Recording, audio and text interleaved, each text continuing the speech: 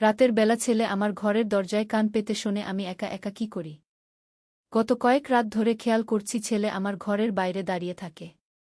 রাতে যখন আমি ঘরে একা থাকি তখন সে দরজার কাছে এসে দাঁড়ায়। আজ রাতে স্পষ্ট বুঝলাম সে কান পেতে শুনছে আমি কি করছি। আমি আস্তে করে দরজা খুলে দিলাম। সে চমকে উঠল। বললাম, কি ব্যাপার? কেন দাঁড়িয়ে আছিস এখানে? সে লজ্জা পেয়ে বলল, কিছু না মা, শুধু আমি তাকে ভেতরে ডেকে নিলাম। বললাম, সব খুলে বল। সে আমার বিছানায় বসে বলল, মা, আমি জানতে চাই তুমি রাতে একা কি করো। তুমি কি আমার মতো একাকী বোধ করো? আমি বললাম, আমি তো স্বাভাবিকভাবেই থাকি। কেন? সে আমার হাত ধরে বলল, মা, আমি জানি তোমার মনে কোনো শূন্যতা আছে। বাবা চলে যাওয়ার পর তুমি একা। আমি বললাম, হ্যাঁ, তা তো আছেই। সে আমার কাছে আরও এগিয়ে এসে বলল, মা, আমি এই শূন্যতা পূরণ করতে চাই। আমি চাই তুমি রাতের বেলা একা না থাকো। আমি অবাক হয়ে বললাম, মানে? সে আমার চোখে চোখ রেখে বলল, মা, আমি তোমাকে ভালোবাসি। আমি চাই রাতে আমরা একসাথে থাকি, স্বামী স্ত্রী হিসেবে। তুমি কি আমাকে বিয়ে করবে? আমি তোমার একাকিত্ব দূর করে দেবগু। আমার মাথা ঘুরছিল। আমি বললাম, তুই কি বলছিস জানিস? সে বলল, মা, আমি সিরিয়াস। আমি তোমাকে সবচেয়ে বেশি ভালোবাসি এই পৃথিবীতে। তুমি রাজি হলে আমরা দূরে চলে যেতে পারি। এই গল্পটি সম্পূর্ণ শুনলে আপনাদের পানি অটোমেটিক বের হয়ে যাবে, সো যত দ্রুত সম্ভব হাতের কাছে টিস্যু নিয়ে বসে পড়ো। বিছানার চাদর যেন নষ্ট না হয় সেটা সম্পূর্ণ খেয়াল রাখার অনুরোধ জানিয়ে গল্পটি এখন শুরু করব। তার আগে সর্বশেষ অনুরোধ, দয়া করে এমন পানি বের করার গল্প নিয়মিত শুনতে আমাদের চ্যানেলটি সকলেই সাবস্ক্রাইব করুন। ধন্যবাদ। হ্যালো বন্ধুরা, আমার নাম প্রিয়াঙ্কা দাস। আমার বয়স ৩৯ বছর। আমার স্বামীর নাম সুব্রত দাস, বয়স ৫২ বছর। আমাদের ২ সন্তান, শায়েন আর রিয়া। শায়েন ২১ বছর বয়সী, ইউনিভার্সিটিতে পড়ে। রিয়া ১৪ বছর বয়সী, হাই স্কুলে যায়। আমার এই রহস্যময় গল্পটি শুরু হয়েছিল ৩ মাস আগে। আমার স্বামী সুব্রত দাস একটি বিশেষ প্রজেক্টে কাজ করার জন্য বিদেশে চলে গিয়েছিল। তার ফেরার তারিখ নির্দিষ্ট ছিল না। আমি আর আমার ২ সন্তান শায়েন আর রিয়া একা বাড়িতে থাকতে শুরু করলাম। প্রথম সব স্বাভাবিকই ছিল। কিন্তু দিন যত গড়াতে লাগল আমি লক্ষ্য করলাম শায়েনের আচরণে অদ্ভুত পরিবর্তন আসছে। সে আগের চেয়ে বেশি বাড়িতে থাকতে শুরু করল। বন্ধুদের সাথে বেরোনো বন্ধ করে দিল। সারাদিন আমার আশেপাশেই ঘোরাঘুরি করত। রাতের বেলা যখন আমি আমার ঘরে যেতাম তখন সে দরজার বাইরে দাঁড়িয়ে থাকত। প্রথমে মনে করেছিলাম হয়তো কোনো কাজ আছে, কিন্তু দরজা খুলে দেখতাম সে চলে যেত। এই ঘটনা প্রায় প্রতিদিনই ঘটতে শুরু করল। একদিন রাতে আমি স্পষ্ট শুনলাম দরজার কাছে কোনো শব্দ। আমি চুপচাপ দরজার কাছে গিয়ে কান পাতলাম। বুঝলাম কেউ একজন বাইরে থেকে আমার ঘরের ভেতরের শব্দ শোনার চেষ্টা করছে। আমার গা শিরশির করে উঠল। পরদিন সকালে শায়েনকে ডেকে জিজ্ঞেস করলাম, কাল রাতে তুই আমার ঘরের দরজার বাইরে ছিলি? সে একটু ইতস্তত করে বলল, না মা, আমি তো ঘুমিয়েছিলাম। কিন্তু তার চোখে যে অস্বস্তি দেখলাম সেটা আমাকে সন্দিহান করে তুলল। রিয়াকেও জিজ্ঞেস করলাম। সে বলল, মা, ভাইজা রাতে অনেক উঠে। আমি শুনি সে বাথরুমে যায়, তারপর তোমার ঘরের দিকে হাঁটাহাঁটি করে। কি? এই কথা শুনে আমার মনে আরও সন্দেহ জাগল। সেই রাত থেকে আমি বেশ সতর্ক হয়ে থাকতে শুরু করলাম। আমি লক্ষ্য করলাম শায়েন রাত ২টা-৩টের দিকে ঘর থেকে বের হয় এবং আমার ঘরের দরজার কাছে এসে দাঁড়ায়। কখনো কখনো সে দরজায় কান পেতে শোনার চেষ্টা করে আমি কি করছি। একদিন রাতে আমি সাহস করে দরজা খুলে দিলাম। শায়েন চমকে উঠল এবং তড়িঘড়ি করে নিজের ঘরে চলে গেল। আমি বুঝলাম যে এই বিষয়টি নিয়ে তার সাথে খোলামেলা কথা বলতে হবে। পরের দিন সন্ধ্যায় রিয়া পড়তে বসার পর আমি শায়েনকে ডেকে বসার ঘরে নিয়ে গেলাম। বললাম, শায়েন, আমাদের মধ্যে কথা বলতে হবে। তুই রাতের বেলা আমার ঘরের বাইরে কেন দাঁড়িয়ে থাকিস? শায়েন প্রথমে অস্বীকার করার চেষ্টা করল। কিন্তু যখন আমি স্পষ্ট করে বললাম যে আমি তাকে দেখেছি, তখন সে মাথা নিচু করে বসে রইল। মা, সে অবশেষে বলল, আমি জানি এটা ঠিক না। কিন্তু বাবা চলে যাওয়ার পর থেকে আমার মনে হচ্ছে তুমি একা। আমি ভাবছিলাম তুমি হয়তো কাঁদো বা কোনো সমস্যায় আছো। আমি অবাক হয়ে বললাম, তাহলে তুই সরাসরি এসে জিজ্ঞেস করতে পারিস না কেন?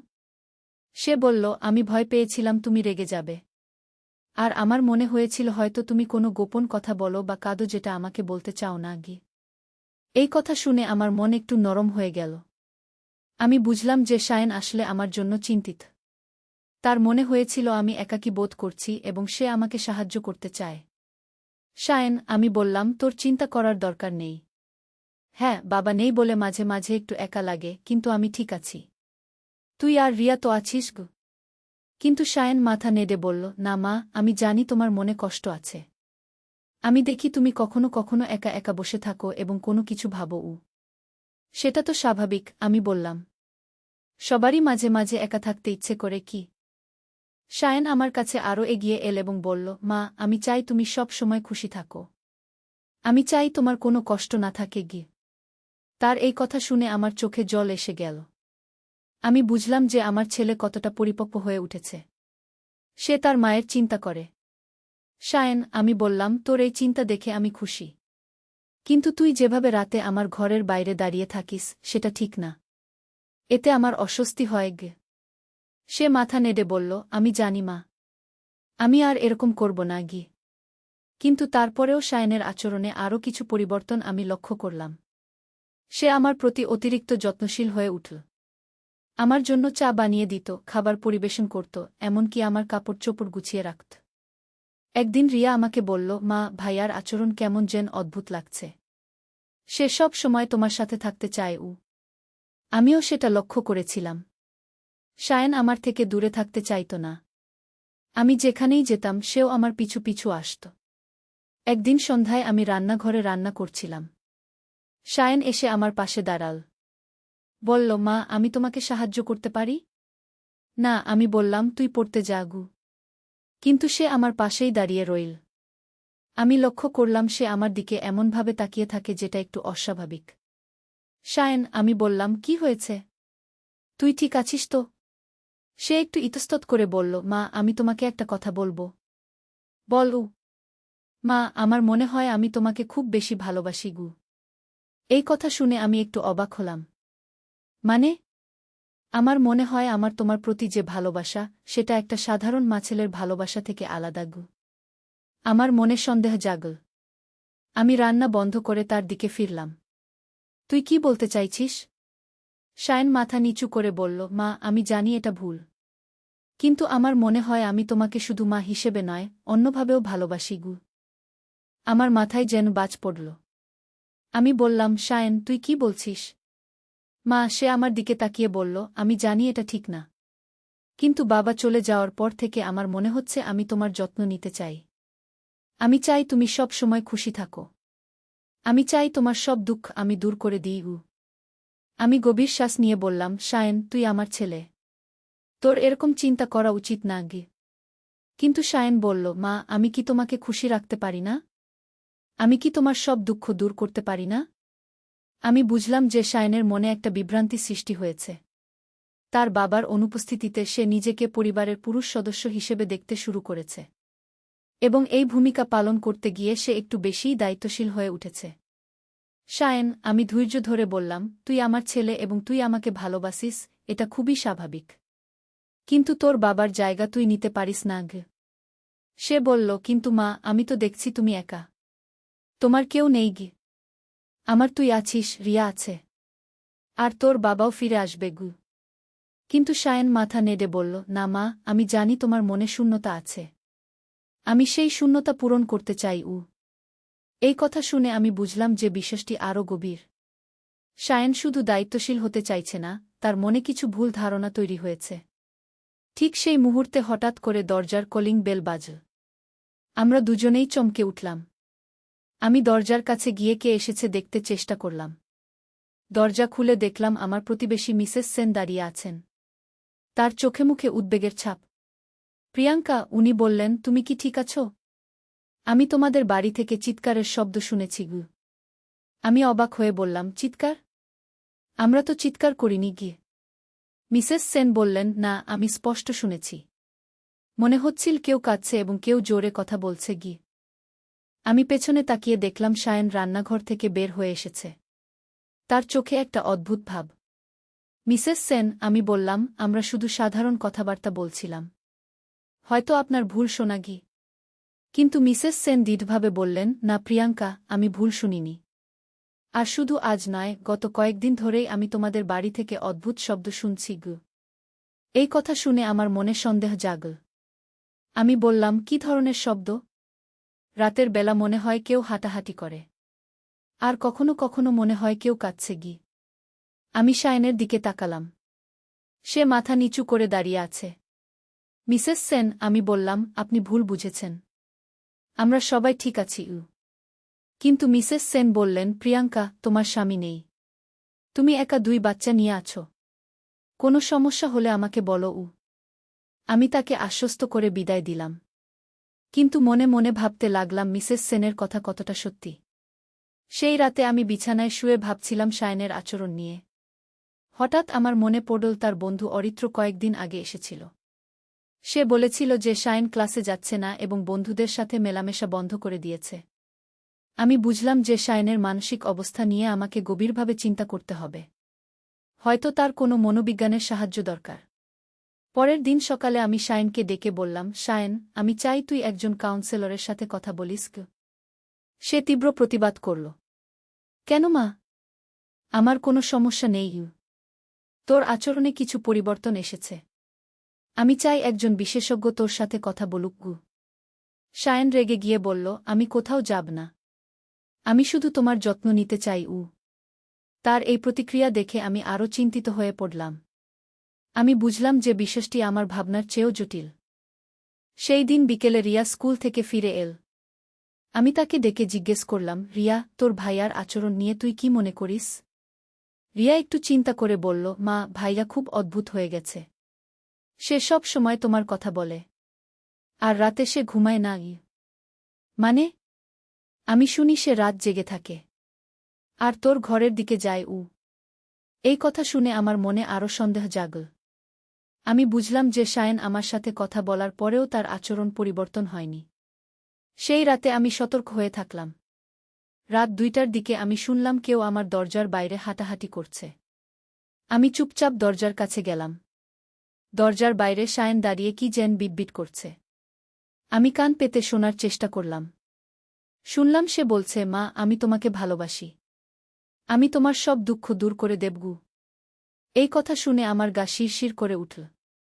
আমি বুঝলাম যে শায়নের মানসিক অবস্থা স্বাভাবিক নেই। হঠাৎ করে আমার মোবাইলে একটা মেসেজ এল। আমি দেখলাম সেটা আমার স্বামী সুব্রতের কাছ থেকে। সে লিখেছে, প্রিয়াঙ্কা, আমার প্রজেক্টের কাজ শেষ। আগামীকাল দেশে ফিরছি। এই মেসেজ পড়ে আমার মনে একটা স্বস্তি এল। আমি ভাবলাম সুব্রত ফিরে এলে হয়তো শায়নের এই অদ্ভুত আচরণ স্বাভাবিক হয়ে যাবে। কিন্তু আমার এই ভাবনা বেশিক্ষণ স্থায়ী হল না। কারণ দরজার বাইরে শায়নের বিড়বিড়ানি আরও জোরে হতে লাগল। এবার সে বলছে, না, বাবা এলে আমি আর মায়ের কাছে থাকতে পারব না। আমি চাই না বাবা ফিরুক। এই কথা শুনে আমার রক্ত হিমিয়ে গেল। আমি বুঝলাম যে শায়নের মনে তার বাবার প্রতিও বিরূপ মনোভাব সৃষ্টি হয়েছে। আমি সাহস করে দরজা খুলে দিলাম। শায়ন চমকে উঠে আমার দিকে তাকাল। তার চোখে একটা অদ্ভুত উন্মাদনার ভাব। শায়ন, আমি বললাম, তুই কি বলছিলি? সে প্রথমে কিছু বলতে পারল না। তারপর বলল, মা, আমি শুধু বলছিলাম যে আমি তোমাকে ভালোবাসি। কিন্তু তুই বলছিলি যে তুই চাস না তোর বাবা ফিরুক। কেন? শায়নের মুখ শক্ত হয়ে গেল। সে বলল, কারণ বাবা এলে তুমি আর আমার প্রতি মনোযোগ দিবে না। তুমি শুধু বাবার যত্ন নিবে। আমি অবাক হয়ে বললাম, শায়ন, তোর বাবা তোর পিতা। তুই কেন তার বিরুদ্ধে এরকম কথা বলছিস? কারণ সে আমার কাছে এগিয়ে এসে বলল, আমি চাই শুধু আমি আর তুমি থাকি। আমি তোমার সব দুঃখ দূর করে দেব। আমি তোমার সঙ্গী হতে চাই। এই কথা শুনে আমি পেছনে সরে গেলাম। আমি বললাম, শায়ন, তুই কি বলছিস? তুই আমার ছেলে। না মা, সে দৃঢ়ভাবে বলল, আমি এখন পুরুষ হয়ে গেছি। আমি তোমার রক্ষক হতে চাই। আমি চাই আমরা একসাথে দূরে কোথাও চলে যাই। আমার মাথা ঘুরতে লাগল। আমি বুঝলাম যে শায়নের মানসিক অবস্থা গুরুতর পর্যায়ে পৌঁছে গেছে। তার মনে তার মা এবং নিজের সম্পর্ক নিয়ে একটা বিকৃত ধারণা তৈরি হয়েছে। শায়ন, আমি কাপা গলায় বললাম, তুই নিজের ঘরে যা। আমাদের এই কথা বন্ধ করতে হবে। কিন্তু সে আমার হাত ধরে বলল, মা, আমি জানি তুমি আমাকে ভালোবাসো। তুমি শুধু লজ্জা পাচ্ছ। কিন্তু আমাদের মধ্যে কোনো লজ্জার কিছু নেই। আমি তার হাত ছাড়িয়ে নিয়ে বললাম, শায়ন, তুই এখনই নিজের ঘরে যা। আমি তোর সাথে এই ধরনের কথা বলবো না। কিন্তু শায়েন আমাকে ছাড়তে চাইল না। সে বলল, মা, তুমি আমার থেকে পালাতে পারবে না। আমি জানি তুমিও আমাকে ভালোবাসো। হঠাৎ করে রিয়া তার ঘর থেকে বের হয়ে এল। সে বলল, কি হচ্ছে? এত জোরে কথা বলছো কেন? রিয়াকে দেখে শায়েন একটু থেমে গেল। আমি সুযোগ নিয়ে রিয়াকে বললাম, রিয়া, তুই তোর ঘরে যা গু। কিন্তু রিয়া বলল, মা, ভাইরা কি বলছিল? আমি শুনলাম সে বলছে তোমার সাথে দূরে যাবে। শায়েন রিয়ার দিকে রেগে তাকিয়ে বলল, তুই এসব কথায় নাক গলাবি না।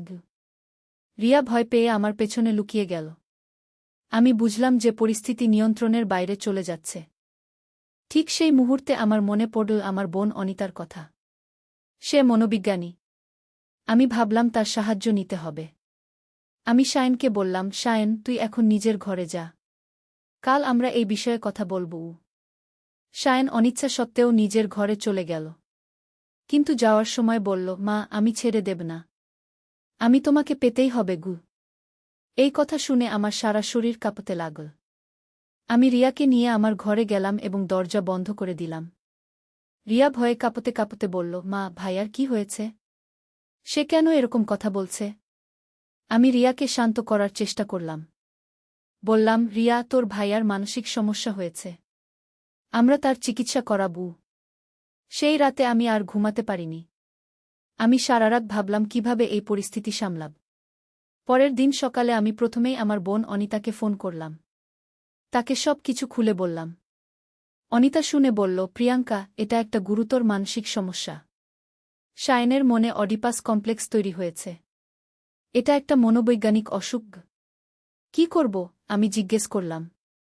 তুই এখনই তাকে একজন মনোচিকিৎসকের কাছে নিয়ে যা এবং তোর স্বামীকে যত তাড়াতাড়ি সম্ভব ফিরিয়ে আনার চেষ্টা করগু।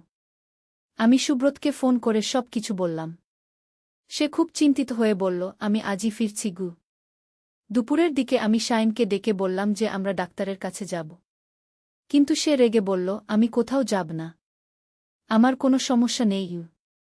আমি তাকে বোঝানোর চেষ্টা করলাম, কিন্তু সে কোনোভাবেই রাজি হল না। সন্ধ্যার দিকে সুব্রত বাড়ি ফিরে এল। শায়েনকে দেখে তার চোখের অবস্থা দেখে সে খুবই চিন্তিত হয়ে পড়ল। শায়েন, সুব্রত বলল, কি হয়েছে তোর? কিন্তু শায়েন তার বাবার দিকে তাকিয়ে বলল, তুমি কেন ফিরে এসেছ? আমি চাইনি তুমি ফেরো গো। সুব্রত অবাক হয়ে বলল, কি বলছিস? আমি তোর বাবা গু। আমি জানি, শায়েন বলল, কিন্তু আমি চাই না তুমি মায়ের কাছে থাকো। আমি মার যত্ন নেব। সুব্রত আমার দিকে তাকাল। আমি ইশারায় তাকে বললাম, পরে কথা বলবো। রাতের খাবারের সময় শায়েন খেতে বসল না। সে বলল তার খিদে নেই। খাওয়ার পর আমি আর সুব্রত আলাদা ঘরে গিয়ে সব কিছু নিয়ে কথা বললাম।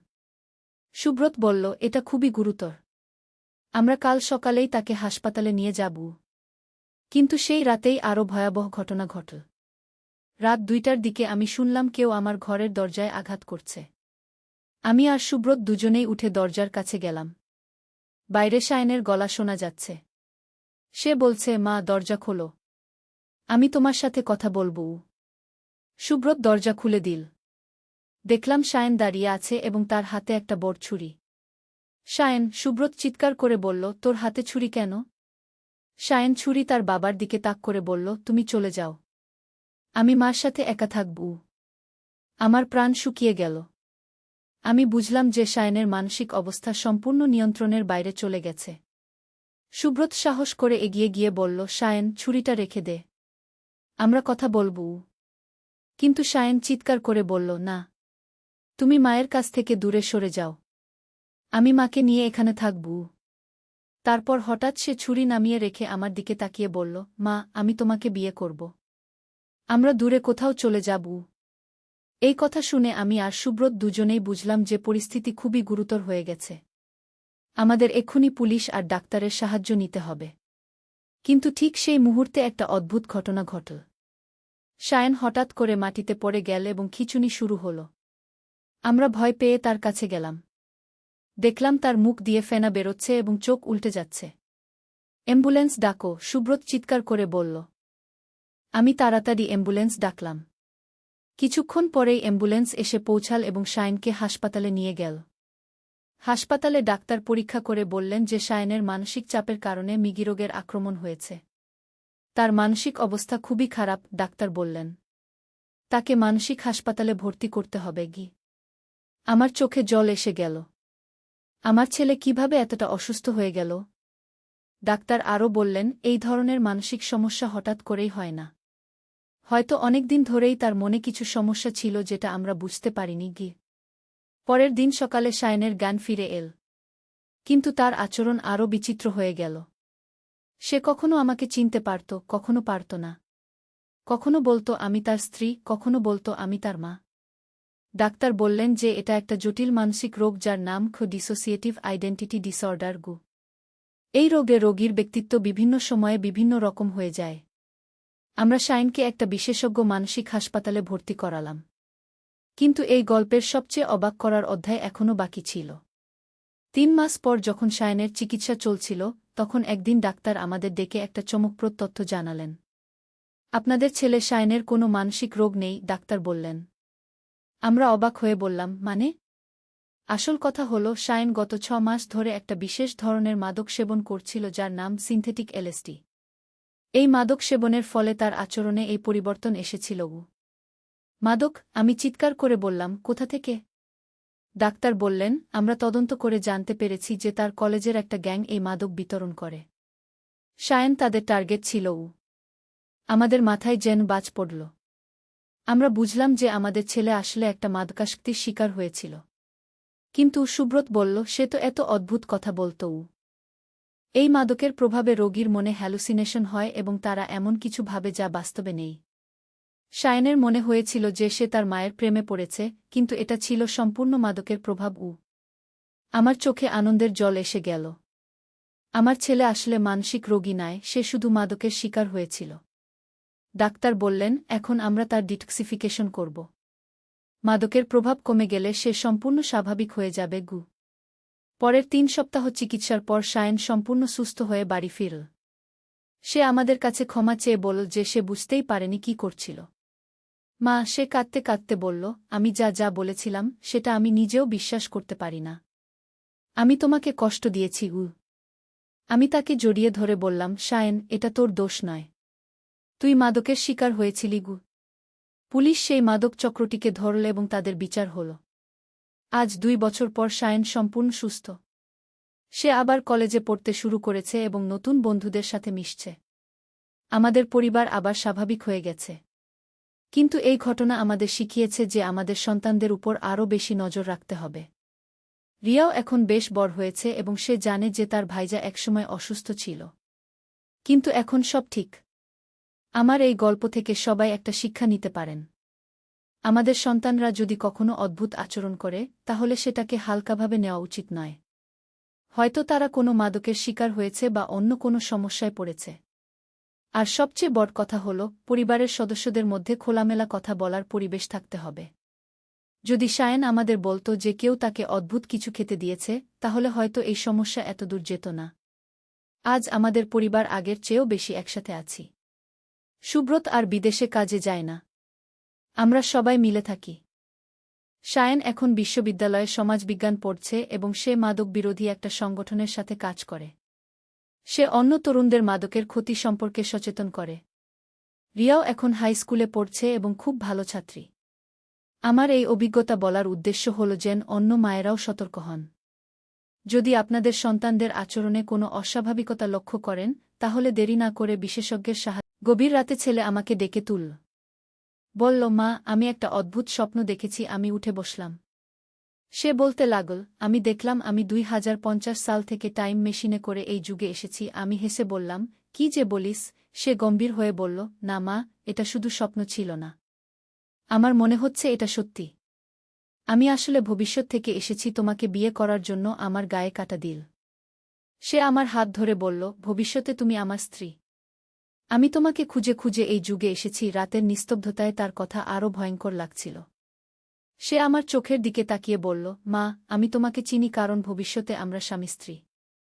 এই জন্মে আমি তোমার ছেলে হয়ে এসেছি তোমার কাছে থাকার জন্য। তার কথা শুনে আমার ঘুম উড়ে গেল।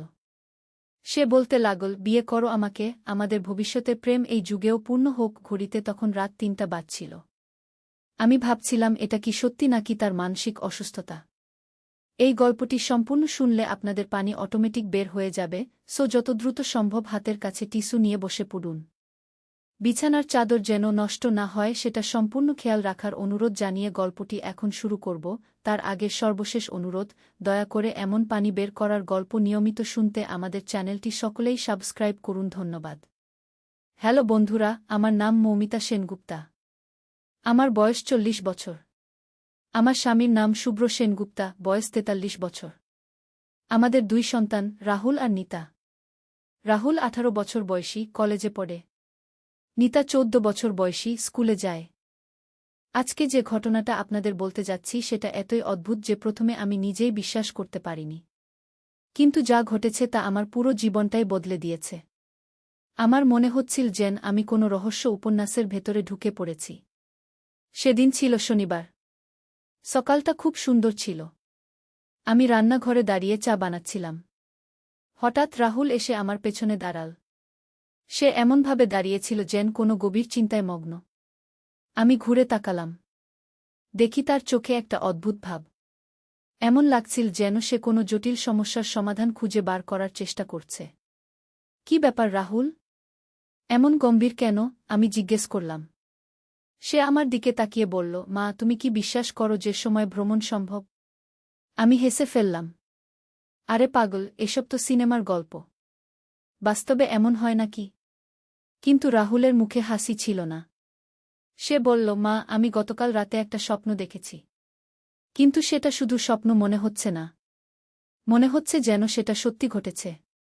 আমি চা বানানো থামিয়ে তার দিকে মনোযোগ দিলাম। কি দেখেছিলে? রাহুল একটা গভীর নিঃশ্বাস নিয়ে বলতে শুরু করল, আমি দেখলাম যে আমি 2050 সাল থেকে একটা টাইম মেশিনে করে এই যুগে এসেছি। আমার কাছে একটা অদ্ভুত যন্ত্র ছিল যেটা দিয়ে সময় নিয়ন্ত্রণ করা যায়।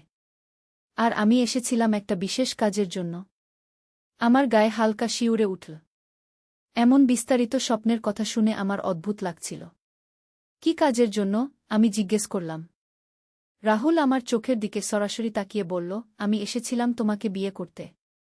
এই কথা শুনে আমার হাত থেকে চায়ের কাপ পড়ে যাওয়ার উপক্রম হল। কি বলছিস তুই? এসব কি অযৌক্তিক কথা? কিন্তু রাহুল থেমে গেল না। সে বলতে থাকল, মা, স্বপ্নে আমি দেখলাম যে ভবিষ্যতে তুমি আমার স্ত্রী। আমরা একসাথে থাকি। তুমি খুবই সুন্দর ছিলে, অনেক কম বয়সী দেখাচ্ছিল। আর আমিও ছিলাম তোমার বয়সী। আমরা একে অপরকে খুব ভালোবাসতাম। আমার মাথা ঝিমঝিম করতে লাগল। এমন কথা শুনে আমি কি প্রতিক্রিয়া দেব বুঝতে পারছিলাম না। রাহুল, এগুলো শুধু স্বপ্ন। তুই আমার ছেলে, আমি তোর মা। এমন কথা বলা ঠিক না। কিন্তু রাহুল যেন আমার কথা শুনছিল না। সে বলল, মা, স্বপ্নে আমি আরও দেখলাম যে আমি এই জন্মে তোমার ছেলে হয়ে জন্মেছি, কারণ ভবিষ্যতে আমাদের প্রেমের গল্প অসম্পূর্ণ রয়ে গিয়েছিল।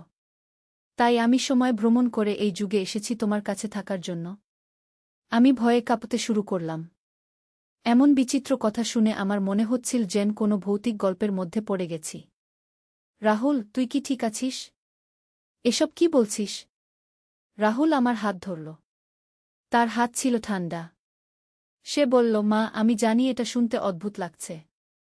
কিন্তু আমার মনে হচ্ছে এটা শুধু স্বপ্ন ছিল না। এটা ছিল আমার ভবিষ্যতের স্মৃতি। আমি তার হাত সরিয়ে দিলাম। রাহুল, এসব অযৌক্তিক কথা বন্ধ কর। তুই আমার ছেলে, এর বেশি কিছু নয়। কিন্তু রাহুল অদ্ভুতভাবে হেসে বলল, মা, আমি তোমাকে চিনি। আমি জানি তুমি কোনো খাবার পছন্দ করো, কোনো গান শুনতে ভালোবাসো, কোনো জায়গায় ঘুরতে যেতে চাও। এসব আমি কিভাবে জানি যদি আমরা ভবিষ্যতে স্বামী স্ত্রী না হয়ে থাকি? তার কথা শুনে আমার গা শিউরে উঠল।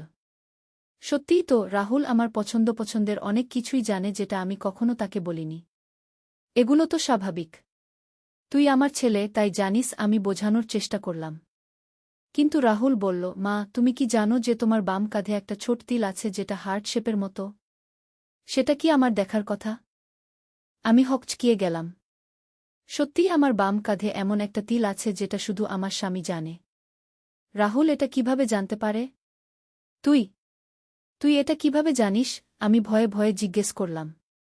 রাহুল মৃদু হেসে বলল, কারণ ভবিষ্যতে আমি তোমার স্বামী। আমি তোমার শরীরের প্রতিটা অংশ চিনি। আমার মাথা ঘুরতে শুরু করল। এমন অসম্ভব কথা শুনে আমি কি করব বুঝতে পারছিলাম না। রাহুল, এসব কথা বন্ধ কর। তুই পাগল হয়ে যাচ্ছিস নাকি? কিন্তু রাহুল শান্ত গলায় বলল, মা, আমি তোমাকে প্রমাণ করে দিতে পারি। তুমি কি জানো যে তোমার ড্রেসিং টেবিলের তৃতীয় ড্রয়ারে একটা পুরনো ডায়েরি আছে যেখানে তুমি তোমার গোপন স্বপ্নের কথা লিখেছ? আমার চোখ বড় হয়ে গেল। সত্যিই আমার এমন একটা ডায়েরি আছে যেটার কথা কেউ জানে না। আমি দৌড়ে গিয়ে আমার ঘরে গেলাম। ড্রেসিং টেবিলের তৃতীয় ড্রয়ার খুলে দেখি সেই ডায়েরিটা আছে। আমি ভাবলাম হয়তো রাহুল কোনোভাবে এটা দেখে ফেলেছে। কিন্তু যখন আমি ডায়েরিটা খুললাম, তখন দেখি সেখানে নতুন একটা লেখা আছে যেটা আমি কখনো লিখিনি। লেখাটা ছিল, প্রিয় মৌমিতা, আমি রাহুল, তোমার ভবিষ্যতের স্বামী। আমি জানি এটা বিশ্বাস করা কঠিন, কিন্তু আমি সত্যিই ভবিষ্যৎ থেকে এসেছি। আমাদের প্রেমের গল্প এই যুগেই শুরু হোক। আমার হাত থেকে ডায়েরিটা পড়ে গেল। এই লেখা আমি করিনি, রাহুলও করতে পারে না, কারণ ড্রয়ারটা সব সময় তালাবদ্ধ থাকে আর চাবি শুধু আমার কাছেই আছে। আমি কাঁপতে কাঁপতে রাহুলের কাছে ফিরে গেলাম। সে আমার দিকে তাকিয়ে মৃদু হাসছিল। কিভাবে সম্ভব? এটা কিভাবে হতে পারে? আমি জিজ্ঞেস করলাম। রাহুল বলল, মা, আমি তোমাকে আরও প্রমাণ দিতে পারি। তুমি কি জানো যে আগামীকাল সকালে তোমার কাছে একটা অদ্ভুত চিঠি আসবে? কি চিঠি? সেটা তুমি আগামীকাল দেখবে। কিন্তু আমি এখনই বলতে পারি যে সেই চিঠিতে তোমার নামে একটা বিশাল সম্পত্তির উইল আছে। এটা তোমার দূরসম্পর্কের এক আত্মীয়ের কাছ থেকে আসবে যার নাম সুমিত্রা দেবী। আমি অবাক হয়ে বললাম, সুমিত্রা দেবী? আমি এই নামের কাউকে চিনি না। রাহুল বলল, তুমি চেনো না, কিন্তু সে তোমার দাদার বোনের মেয়ে। সে অস্ট্রেলিয়ায় থাকত। গত সপ্তাহে তার মৃত্যু হয়েছে। আর সে তার সমস্ত সম্পত্তি তোমার নামে লিখে দিয়ে গেছে কারণ তার কোনো উত্তরাধিকারী নেই। এই কথা শুনে আমার মাথা ঘুরতে লাগল। এমন বিস্তারিত তথ্য রাহুল কিভাবে জানতে পারে? পরদিন সকালে সত্যিই একটা চিঠি এলো। চিঠিটা ছিল একটা আইনি ফার্মের কাছ থেকে। তারা জানাল যে সুমিত্রা দেবী নামের একজন মহিলা তার সমস্ত সম্পত্তি আমার নামে উইল করে গেছেন। এই সম্পত্তির মূল্য প্রায় 2 কোটি টাকা। আমি চিঠি হাতে নিয়ে রাহুলের কাছে গেলাম। সে আমার দিকে তাকিয়ে হাসছিল। কিভাবে জানতে পারলে? আমি কাঁপা গলায় জিজ্ঞেস করলাম। রাহুল বলল, মা, আমি তোমাকে বলেছি যে আমি ভবিষ্যৎ থেকে এসেছি। আমি জানি কি ঘটবে। আমি মাথায় হাত দিয়ে বসে পড়লাম। এত অদ্ভুত ঘটনা একসাথে ঘটছে যে আমার বিশ্বাস হচ্ছিল না। তাহলে তুই সত্যি? আমি বাক্য শেষ করতে পারলাম না। রাহুল আমার কাছে এসে বসল। সে বলল, হ্যাঁ মা, আমি সত্যিই ভবিষ্যৎ থেকে এসেছি। আমার আসল নাম রাহুল নয়, আমার নাম অর্ক। আমি 2050 সাল থেকে টাইম মেশিনে করে এসেছি। কিন্তু কেন? আমি জিজ্ঞেস করলাম। রাহুল মানে অর্ক বলল, কারণ ভবিষ্যতে আমরা স্বামী স্ত্রী ছিলাম। কিন্তু একটা দুর্ঘটনায় তুমি মারা যাও। আমি তোমাকে বাঁচানোর জন্য অতীতে এসেছি। আমার গলা শুকিয়ে গেল। কি দুর্ঘটনা? অর্ক গম্ভীর হয়ে বলল, আগামী মাসে তুমি একটা গাড়ি দুর্ঘটনায় পড়বে। আমি সেটা ঠেকাতে এসেছি। আমি ভয়ে কাঁপতে শুরু করলাম। তাহলে তুই আমাকে বাঁচাতে এসেছিস? হ্যাঁ, কিন্তু শুধু বাঁচানোর জন্য নয়। আমি চাই আমাদের প্রেমের গল্প এই যুগেই শুরু হোক। অর্ক আমার হাত ধরল। আমি হাত সরিয়ে নিলাম। কিন্তু তুই তো আমার ছেলে। অর্ক বলল, না মা, আমি তোমার ছেলে নই। আমি শুধু এই পরিচয় নিয়ে এই পরিবারে জন্মেছি যাতে তোমার কাছে থাকতে পারি। এমন সময় হঠাৎ আমাদের বাড়ির বেল বেজে উঠল। আমি দরজা খুলে দেখি একটা অদ্ভুত পোশাক পরা একজন মানুষ দাঁড়িয়ে আছে। তার হাতে একটা বিচিত্র যন্ত্র। লোকটি বলল, আপনি কি মৌমিতা সেনগুপ্তা? হ্যাঁ, কিন্তু আপনি কে? লোকটি বলল, আমি টাইম পুলিশের একজন অফিসার। আমি এসেছি অর্ককে ধরতে। সে অবৈধভাবে সময় ভ্রমণ করেছে। আমার মাথা ঘুরতে শুরু করল। এত অদ্ভুত ঘটনা একসাথে ঘটছে যে আমি কিছুই বুঝতে পারছিলাম না। রাহুল মানে অর্ক তাড়াতাড়ি আমার কাছে এসে বলল, মা, আমাকে লুকিয়ে রাখো। এরা আমাকে ভবিষ্যতে নিয়ে গেলে আমি আর তোমার কাছে থাকতে পারব না। টাইম পুলিশের অফিসার ভেতরে এসে বলল, অর্ক, তুমি জানো যে অতীতে হস্তক্ষেপ করা নিষিদ্ধ। তুমি time law of non interference ভঙ্গ করেছ। অর্ক বলল, আমি শুধু আমার প্রেমিকাকে বাঁচাতে চেয়েছি। অফিসার বলল, তুমি প্রাকৃতিক নিয়মে হস্তক্ষেপ করেছ। এর ফলে ভবিষ্যতে অনেক পরিবর্তন হয়ে যাবে। আমি বুঝতে পারছিলাম না কি করব। একদিকে অর্ক যে আমাকে ভালোবাসে এবং বাঁচাতে এসেছে, অন্যদিকে সে নাকি প্রাকৃতিক নিয়ম ভঙ্গ করেছে। অর্ক আমার দিকে তাকিয়ে বলল, মা, আমি তোমাকে ছেড়ে যেতে চাই না। আমি এখানেই থাকতে চাই। টাইম পুলিশের অফিসার বলল, এটা সম্ভব নয়। তুমি যদি এখানে থাকো তাহলে ভবিষ্যতের ইতিহাস পুরোপুরি বদলে যাবে। হঠাৎ আমার মনে একটা প্রশ্ন এলো। আমি অর্ককে জিজ্ঞেস করলাম, তুই বলেছিলি যে আমি গাড়ি দুর্ঘটনায় মরে যাব। সেটা কবে ঘটার কথা? অর্ক বলল, আগামী 15 দিন পর।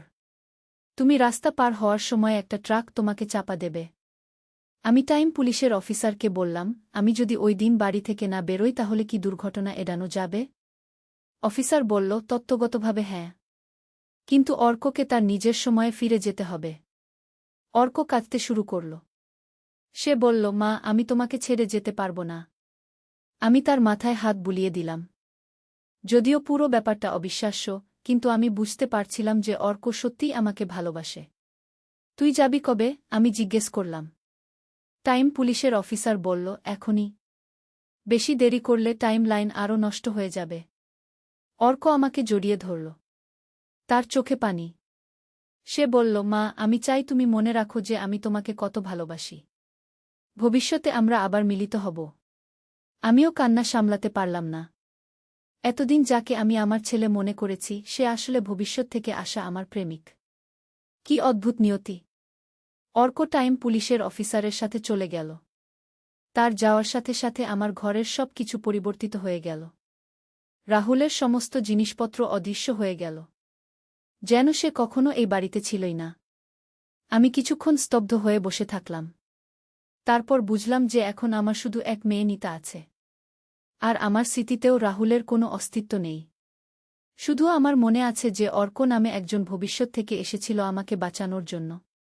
15 দিন পর যেদিন আমার দুর্ঘটনার কথা ছিল আমি বাড়িতেই থাকলাম। সত্যিই সেদিন আমার বেরোনোর প্রয়োজন ছিল, কিন্তু অর্কর কথা মনে রেখে আমি ঘর থেকে বের হলাম না। সন্ধ্যায় টিভির খবরে দেখলাম যে আমাদের এলাকায় একটা ভয়ানক ট্রাক দুর্ঘটনা হয়েছে। ঠিক সেই জায়গায় যেখানে অর্ক বলেছিল আমার দুর্ঘটনা হবে। আমি বুঝে গেলাম যে অর্ক সত্যিই আমার জীবন বাঁচিয়েছে। কিন্তু গল্প এখানে শেষ নয়। এরপর থেকে আমার জীবনে আরও অদ্ভুত ঘটনা ঘটতে শুরু করল। প্রথমে আমি লক্ষ্য করলাম যে আমি অন্যদের চিন্তা পড়তে পারছি। যখন কেউ আমার সামনে কোনো কথা বলে আমি বুঝতে পারি সে আসলে কি ভাবছে। এই ক্ষমতা দিয়ে আমি অনেক মানুষের গোপন রহস্য জানতে পারলাম। আমি বুঝলাম যে অর্কর সময় ভ্রমণের কারণে আমার শরীরে কিছু পরিবর্তন এসেছে। আমার ডিএনএ পরিবর্তিত হয়ে গেছে। এরপর আরও অদ্ভুত ব্যাপার ঘটল। আমি স্বপ্নে ভবিষ্যতের ঘটনা দেখতে পেতাম। সেসব স্বপ্ন পরে সত্যি হতো। একদিন স্বপ্নে দেখলাম যে আমাদের শহরে একটা বড় ভূমিকম্প হবে। আমি স্থানীয় কর্তৃপক্ষকে সতর্ক করার চেষ্টা করলাম, কিন্তু কেউ বিশ্বাস করল না। সপ্তাহখানেক পর সত্যিই ভূমিকম্প হল। অনেক ক্ষয়ক্ষতি হল।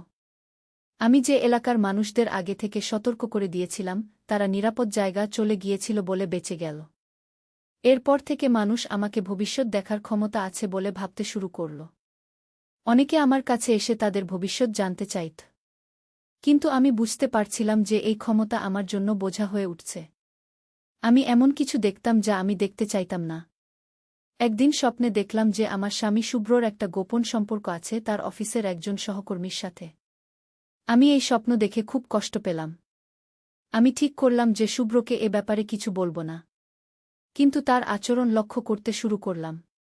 সত্যিই দেখলাম যে শুভ্র দেরি করে ঘরে ফিরছে, মোবাইলে কার সাথে যেন গোপনে কথা বলছে। আমার স্বপ্ন সত্যি হচ্ছে।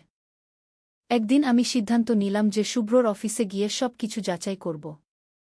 আমি গিয়ে দেখলাম যে শুভ্র সত্যিই তার সহকর্মী রীতা নামে একজন মহিলার সাথে ঘনিষ্ঠ সম্পর্কে জড়িয়ে পড়েছে। আমি বাড়ি ফিরে শুভ্রকে সরাসরি প্রশ্ন করলাম। প্রথমে সে অস্বীকার করার চেষ্টা করল, কিন্তু পরে সব স্বীকার করল। আমি তালাক নেওয়ার সিদ্ধান্ত নিলাম। কিন্তু নিতার কথা ভেবে দ্বিধায় পড়লাম। সে এখনও ছোট, তার বাবার প্রয়োজন। এমন সময় আরেকটা অদ্ভুত ঘটনা ঘটল। একদিন রাতে স্বপ্নে দেখলাম যে অর্ক আবার এসেছে। কিন্তু এবার সে ভিন্ন রূপে এসেছে। পরদিন সকালে দেখি আমাদের নতুন পাড়ার এক যুবক আমাদের বাড়ির সামনে দাঁড়িয়ে আছে। তার নাম অভিজিৎ। সে বল যে সে এই এলাকায় নতুন এসেছে এবং আমাদের বাড়ির ঠিকানা খুঁজছিল। কিন্তু যখন অভিজিৎ আমার দিকে তাকাল আমি তার চোখে অর্কর ছায়া দেখতে পেলাম। আমার মনে হলো এ যেন অর্কই। অভিজিৎ আমার সাথে কথা বলার সময় এমন কিছু কথা বলল যা শুধু অর্কই জানতে পারে। সে বলল, আপনার বাম কাঁধে হার্ট শেপের তিল আছে, তাই না? আমি চমকে গেলাম। তুমি এটা কিভাবে জানো? অভিজিৎ মৃদু হেসে বলল, আমি আপনাকে খুব ভালো করে চিনি। আমি বুঝে গেলাম যে অভিজিৎ আসলে অর্কই। সে আবার ভিন্ন রূপে আমার কাছে ফিরে এসেছে। তুমি কিভাবে এলে? টাইম পুলিশ তো তোমাকে ধরে নিয়ে গিয়েছিল, আমি জিজ্ঞেস করলাম। অভিজিৎ বলল, আমি পালিয়ে এসেছি। আমি তোমাকে ছেড়ে থাকতে পারি না। আমি খুশি হলাম যে অর্ক ফিরে এসেছে। কিন্তু একই সাথে চিন্তিত হলাম যে টাইম পুলিশ আবার তাকে ধরতে আসতে পারে। আমি এইবার অন্যভাবে এসেছি, অভিজিৎ বলল। আমি নিজেকে এই যুগের একজন মানুষ হিসেবে তৈরি করেছি। আমার একটা পরিচয়পত্র আছে, জন্ম সার্টিফিকেট আছে। টাইম পুলিশ আমাকে খুঁজে পাবে না। আমি অবাক হলাম। এটা কিভাবে সম্ভব? ভবিষ্যতের প্রযুক্তি দিয়ে সব সম্ভব, অভিজিৎ বলল। এরপর থেকে অভিজিৎ আমাদের পাড়ায় থাকতে শুরু করল। সে একটা ছোট ফ্ল্যাট ভাড়া নিল। আর আমাদের সাথে নিয়মিত দেখা করত। কিন্তু আমি একটা সমস্যায় পড়লাম। অভিজিৎ আমাকে ভালোবাসে, আমিও তাকে ভালোবাসি। কিন্তু আমি তো একজন বিবাহিত মহিলা। যদিও আমার স্বামীর সাথে সম্পর্ক খারাপ, তবুও সামাজিকভাবে আমি একটা বাঁধনে আছি। অভিজিৎ আমাকে বলল, তুমি তালাক নিয়ে আমাকে বিয়ে করো। কিন্তু আমি নিতার কথা ভেবে দ্বিধায় পড়লাম। আমার মেয়ের ভবিষ্যৎ নিয়ে চিন্তা হচ্ছিল। এমন সময় আরেকটা অদ্ভুত ঘটনা ঘটল। একদিন নিতা আমার কাছে এসে বলল, মা, অভিজিৎ ভাইয়ার সাথে তোমার কি সম্পর্ক? আমি চমকে গেলাম। কেন এমন প্রশ্ন করছিস? নিতা বলল, আমি লক্ষ্য করছি যে তুমি তার সাথে অনেক সময় কাটাও। আর তোমার চোখে মুখে একটা অন্যরকম আলো ফুটে ওঠে যখন সে আসে। আমি বুঝলাম যে নিতা অনেক কিছুই বুঝতে পারে। সে আমার চেয়ে বেশি পরিণত। মা, তুমি যদি অভিজিৎ ভাইকে ভালোবাসো তাহলে তাকে বিয়ে করো। আমি তোমার খুশিতে খুশি, নিতা বলল। তার এই কথা শুনে আমার চোখে পানি এসে গেল। আমার মেয়ে কত পরিণত। আমি সিদ্ধান্ত নিলাম যে শুভ্রর সাথে তালাক নিয়ে অভিজিৎকে বিয়ে করব। কিন্তু ঠিক সেই সময় আবার টাইম পুলিশ এসে হাজির হল। এইবার তারা অত্যাধুনিক যন্ত্রপাতি নিয়ে এসেছিল। টাইম পুলিশের চিফ অফিসার আমাকে বলল, আপনার বন্ধু অর্ক আবার সময় ভ্রমণের নিয়ম ভঙ্গ করেছে। আমরা তাকে গ্রেফতার করতে এসেছি। আমি বললাম, আমি অর্ককে চিনি না। আমি অভিজিৎ নামে একজনকে চিনি। কিন্তু অফিসার হেসে বলল, অভিজিৎ আর অর্ক একই ব্যক্তি। সে শুধু রূপ পরিবর্তন করেছে। তারা অত্যাধুনিক একটা স্ক্যানার দিয়ে অভিজিৎকে স্ক্যান করল। স্ক্যানারে দেখা গেল যে অভিজিৎ সত্যিই অর্ক। অর্ক মানে অভিজিৎ আমাকে বলল, আমি তোমাকে ছেড়ে যেতে চাই না। আমরা একসাথে পালিয়ে যেতে পারি। কিন্তু টাইম পুলিশের অফিসার বলল, পালানো সম্ভব নয়। অর্কর সময় ভ্রমণের কারণে টাইম লাইনে বড় ধরনের বিশৃঙ্খলা সৃষ্টি হয়েছে। তাকে এখনই তার নিজের সময়ে ফিরে যেতে হবে। আমি জানতে চাইলাম, কি বিশৃঙ্খলা সৃষ্টি হয়েছে? অফিসার বলল, অর্কর কারণে আপনার মধ্যে অতিপ্রাকৃত ক্ষমতা জেগেছে। আপনি ভবিষ্যৎ দেখতে পাচ্ছেন, মানুষের মন পড়তে পারছেন। এই ক্ষমতা প্রাকৃতিক নিয়মের বিরুদ্ধে। আমি বুঝলাম যে আমার এই ক্ষমতাগুলো অর্কর সময় ভ্রমণের পার্শ্বপ্রতিক্রিয়া। যদি অর্ক চলে যায় তাহলে আমার এই ক্ষমতাগুলো চলে যাবে? আমি জিজ্ঞেস করলাম। অফিসার বলল, হ্যাঁ, সব কিছু স্বাভাবিক হয়ে যাবে। আমি একটা কঠিন সিদ্ধান্ত নিলাম। আমি অর্ককে বললাম, তুমি চলে যাও। আমি চাই সব কিছু স্বাভাবিক হয়ে যাক। অর্ক কাঁদতে কাঁদতে বলল, তুমি আমাকে ছেড়ে দিচ্ছ? আমি বললাম, আমি তোমাকে ভালোবাসি, কিন্তু প্রাকৃতিক নিয়মের বিরুদ্ধে যাওয়া ঠিক নয়। অর্ক টাইম পুলিশের সাথে চলে গেল। তার যাওয়ার সাথে সাথে আমার সমস্ত অতিপ্রাকৃত ক্ষমতা চলে গেল। আমি আর ভবিষ্যৎ দেখতে পারলাম না, মানুষের মন পড়তে পারলাম না। কিন্তু সবচেয়ে অদ্ভুত ব্যাপার হল, আমার স্মৃতি থেকে অর্ক আর অভিজিতের সমস্ত স্মৃতি মুছে গেল। আমি আর মনে করতে পারলাম না যে এমন কেউ কখনো আমার জীবনে এসেছিল। আমার জীবন আবার স্বাভাবিক হয়ে গেল। শুভ্রর সাথে আমার সম্পর্কও স্বাভাবিক হয়ে গেল। তার বিবাহবহির্ভূত সম্পর্কের স্মৃতিও মুছে গেল। কিন্তু কখনো কখনো আমার মনে হয় যেন আমি কিছু ভুলে গেছি। যেন আমার জীবনে কোনো গুরুত্বপূর্ণ ঘটনা ঘটেছিল যেটা আমার মনে নেই। আর মাঝে মাঝে স্বপ্নে আমি একটা অস্পষ্ট মুখ দেখি। কেউ যেন আমাকে ভালোবেসেছিল, আমার জীবন বাঁচিয়েছিল। কিন্তু জেগে উঠলেই সেই স্বপ্ন মনে থাকে না। সুমিত্রা দেবীর উইলের টাকা আমি পেয়েছিলাম। সেই টাকা দিয়ে আমরা একটা বড় বাড়ি কিনেছি। কিন্তু আমি মনে করতে পারি না যে এই উইলের ব্যাপারে আমি আগে থেকে জানতাম। আজও আমি ভাবি যে আমার জীবনে কি সত্যিই কোনো অদ্ভুত ঘটনা ঘটেছিল, নাকি এসব শুধু আমার কল্পনা। কিন্তু একটা ব্যাপার আমার মনে আছে। আমি কখনো রাস্তা পার হওয়ার সময় ভয় পাই। যেন মনে হয় কোনো ট্রাক এসে আমাকে চাপা দেবে। কিন্তু এই ভয়ের কারণ আমি বুঝতে পারি না। এবং আমার মনে হয় যেন কেউ আমাকে এই বিপদ থেকে রক্ষা করেছিল। কে সেই ব্যক্তি ছিল তা আমি জানি না। কিন্তু তার প্রতি আমার একটা কৃতজ্ঞতার ভাব আছে। আর কখনো কখনো যখন আমি আকাশের দিকে তাকাই, মনে হয় যেন কোনো দূরের জগৎ থেকে কেউ আমাকে ভালোবেসে দেখছে। কে সে? আমি জানি না। কিন্তু তার ভালোবাসা আমি অনুভব করি।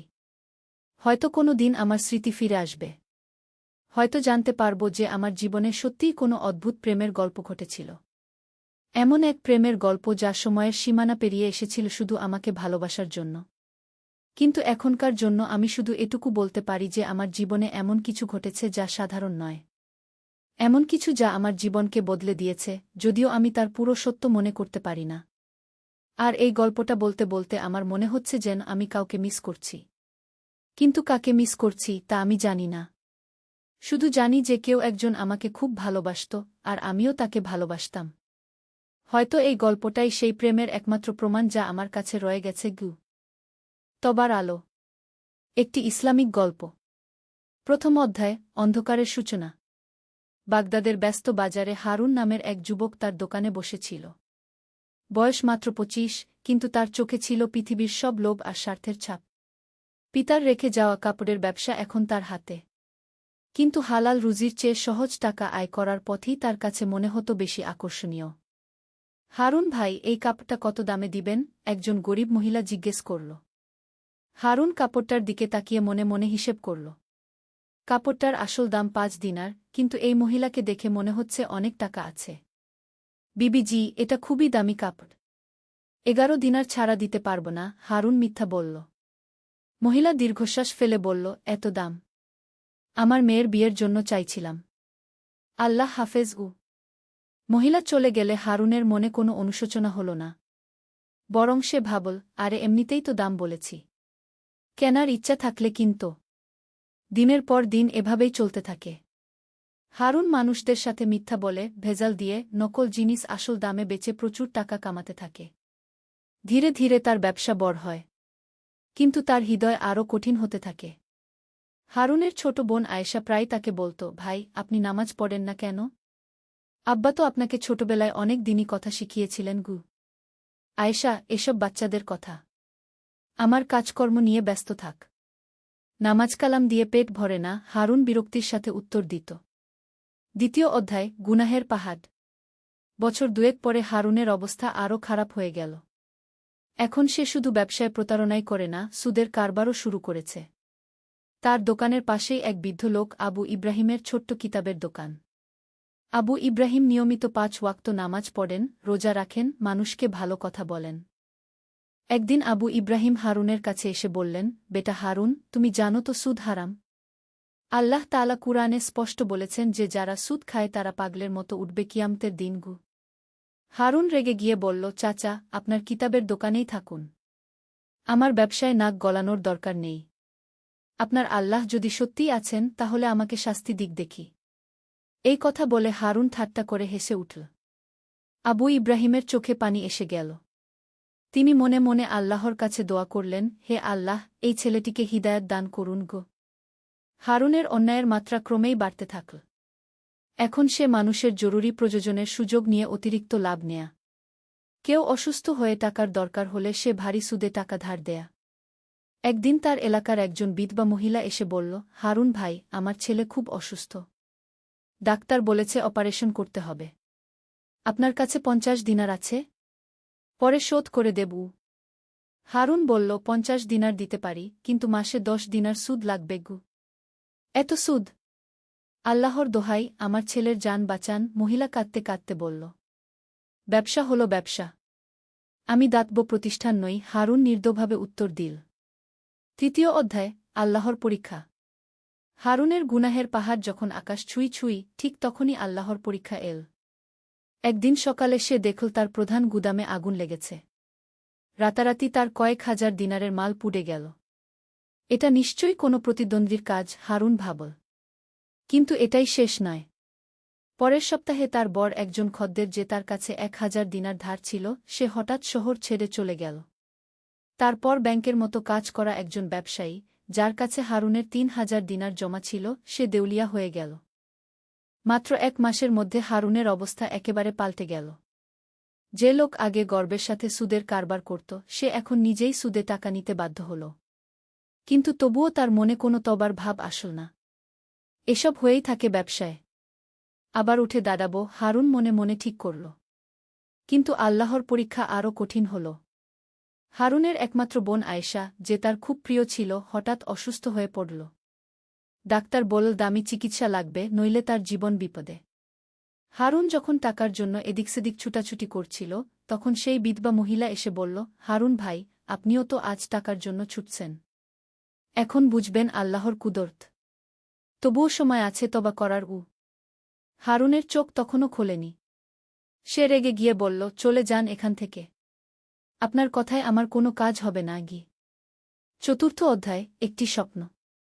সেই রাতে হারুন অস্থির মনে ঘুমিয়ে পড়েছিল। হঠাৎ সে একটা ভয়ঙ্কর স্বপ্ন দেখল। স্বপনে দেখল সে কিয়ামতের মাঠে দাঁড়িয়ে আছে। চারদিকে মানুষ কাঁদছে, চিৎকার করছে। তার সামনে একটি বিশাল দাড়িপাল্লা। একজন ফেরেশতা বলল, হারুন ইবনে আবদুল্লাহ, তোমার আমল পরিমাপ করা হবে। দাড়িপাল্লার একদিকে তার সব গুনাহ রাখা হল। সুদ, মিথ্যা, প্রতারণা, গরিবদের প্রতি নির্দয়তা, সব কিছু। পাল্লাটা এত ভারী হয়ে গেল যে মনে হল ভেঙে পড়বে। অন্যদিকে তার নেক আমল খোঁজা হল। কিন্তু সেখানে তেমন কিছুই নেই। শুধু ছোটবেলার কিছু নামাজ, কিছু দান, যা এই গুনাহের পাহাড়ের কাছে পালকের মতো হালকা। হারুন, একটি কণ্ঠস্বর ডাকল। হারুন দেখল তার মরহুম পিতা দাঁড়িয়ে আছেন। তার চোখে অশ্রু। বাবা, হারুন কাঁদতে কাঁদতে দৌড়ে গেল। বেটা, আমি তোমাকে কি শিখিয়েছিলাম? আর তুমি কি করেছ? তোমার কারণে আমিও লজ্জায় মুখ দেখাতে পারছি না, পিতা দুঃখের সাথে বললেন। হঠাৎ দেখা গেল জাহান্নামের একজন ফেরেশতা হারুনকে টেনে নিয়ে যাচ্ছে। না, না, আমি তওবা করব। আমাকে আরেকটা সুযোগ দিন, হারুন চিৎকার করে কাঁদতে লাগল। তবার সময় তো পৃথিবীতে ছিল। এখন তো শুধু হিসাবের সময়, ফেরেশতা বলল। হারুন এত জোরে চিৎকার করল যে তার ঘুম ভেঙে গেল। সারা শরীর ঘামে ভিজে গেছে। হাত পা কাঁপছে। পঞ্চম অধ্যায় অনুশোচনা শুরু। ঘুম ভেঙে হারুন বুঝতে পারল এটা স্বপ্ন ছিল। কিন্তু স্বপ্নটা এত বাস্তব লেগেছিল যে তার সারা শরীর কাঁপছিল। সে উঠে বসল। বাইরে ফজরের আজান হচ্ছে। আল্লাহু আকবার, আল্লাহু আকবার। মুজাজ্জিনের মধুর কণ্ঠে আজানের আওয়াজ কানে এল। বহু বছর পর হারুনের মনে এই আজান কোনো অনুভূতির সৃষ্টি করল। তার চোখে পানি এসে গেল। মনে পড়ল ছোটবেলার কথা। বাবা যখন তাকে ভোরে উঠিয়ে নামাজ পড়তে নিয়ে যেতেন। কুরআন তেলাওয়াত শেখাতেন। আশহাদু আল্লা ইলাহা ইল্লাল্লাহ। আজান অব্যাহত থাকল। হারুনের মনে হল যেন কেউ তার হৃদয়ে হাতুড়ি দিয়ে মারছে। এত বছর সে আল্লাহকে ভুলে গিয়েছিল। এমনকি তাকে চ্যালেঞ্জ করেছিল। আর আল্লাহ তার সব অন্যায় দেখেছেন, কিন্তু তবুও তার রহমতের দরজা বন্ধ করেননি। হারুন আয়েশার রুমে গেল। আয়েশা জ্বরে কাতরাচ্ছে। ভাই, আপনি উঠেছেন? আমার খুব কষ্ট হচ্ছে, আয়েশা দুর্বল গলায় বলল। আয়েশা, তুই কি আমার জন্য দোয়া করিস? হারুন জিজ্ঞেস করল। হ্যাঁ ভাই, রোজ দোয়া করি যেন আল্লাহ আপনাকে হেদায়েত দেন। আম্মা আব্বাও জান্নাতে আপনার জন্য দোয়া করছেন। হারুনের অন্তর ভেঙে গেল। তার এত অন্যায়ের পরেও বোন তার জন্য দোয়া করে। ষষ্ঠ অধ্যায় তবার অনুসন্ধান। পরের দিন হারুন আবু ইব্রাহিমের কিতাবের দোকানে গেল। বৃদ্ধ লোকটি কুরআন তেলাওয়াত করছিলেন। হারুনকে দেখে তিনি তেলাওয়াত বন্ধ করে দিলেন। কি ব্যাপার হারুন? তুমি তো আমার দোকানে আস না গি। হারুন লজ্জায় মাথা নিচু করে বলল, চাচা, আমি তওবা করতে চাই। কিন্তু বুঝি না কিভাবে। আমি অনেক বড় গুনাহগার। আল্লাহ কি আমাকে ক্ষমা করবেন? আবু ইব্রাহিমের চোখে খুশির আলো ফুটে উঠল। তিনি হারুনের কাঁধে হাত রেখে বললেন, বেটা, আল্লাহর রহমত সবচেয়ে বড়। তিনি নিজেই বলেছেন, হে আমার বান্দারা, যারা নিজেদের উপর অন্যায় করেছ, আল্লাহর রহমত থেকে নিরাশ হজো না। নিশ্চয়ই আল্লাহ সব গুনাহ ক্ষমা করে দেন। কিন্তু চাচা, আমি সুদ খেয়েছি, মানুষদের সাথে প্রতারণা করেছি, এমনকি আল্লাহকে চ্যালেঞ্জও করেছি। হারুন কাঁদতে কাঁদতে বলল, বেটা, দেখো এই আয়াতটি। আবু ইব্রাহিম একটি কুরআন খুলে দেখালেন। আল্লাহ বলেছেন, কেউ মন্দ কাজ করলে বা নিজের প্রতি অন্যায় করলে অতঃপর আল্লাহর কাছে ক্ষমা চাইলে সে আল্লাহকে ক্ষমাশীল ও দয়ালু পাবে। আর দেখো, আল্লাহ আরও বলেছেন, যে তওবা করে, ঈমান আনে এবং নেক কাজ করে, আল্লাহ তার মন্দ কাজগুলোকে ভালো কাজে পরিবর্তন করে দেন। হারুনের চোখে আশার আলো ফুটে উঠল। চাচা, তাহলে আমি কি করব?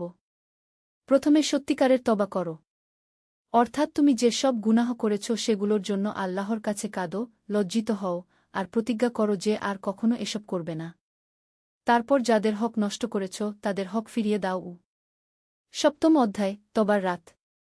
সেই রাতে হারুন একা ঘরে বসে কাঁদল। সে তার জীবনের সব পাপ মনে করার চেষ্টা করল। প্রতিটি মিথ্যা, প্রতিটি প্রতারণা, প্রতি টাকা সুদ, সব কিছু। হে আল্লাহ, আমি খুবই পাপী। আমি তোমার নাফরমানি করেছি, তোমাকে ভুলে গিয়েছি, এমনকি তোমাকে চ্যালেঞ্জ করার ধৃষ্টতা দেখিয়েছি। আমি যাদের হক নষ্ট করেছি তাদের সাথে অন্যায় করেছি। হে আল্লাহ, আমি তওবা করছি, তুমি আমাকে ক্ষমা করো।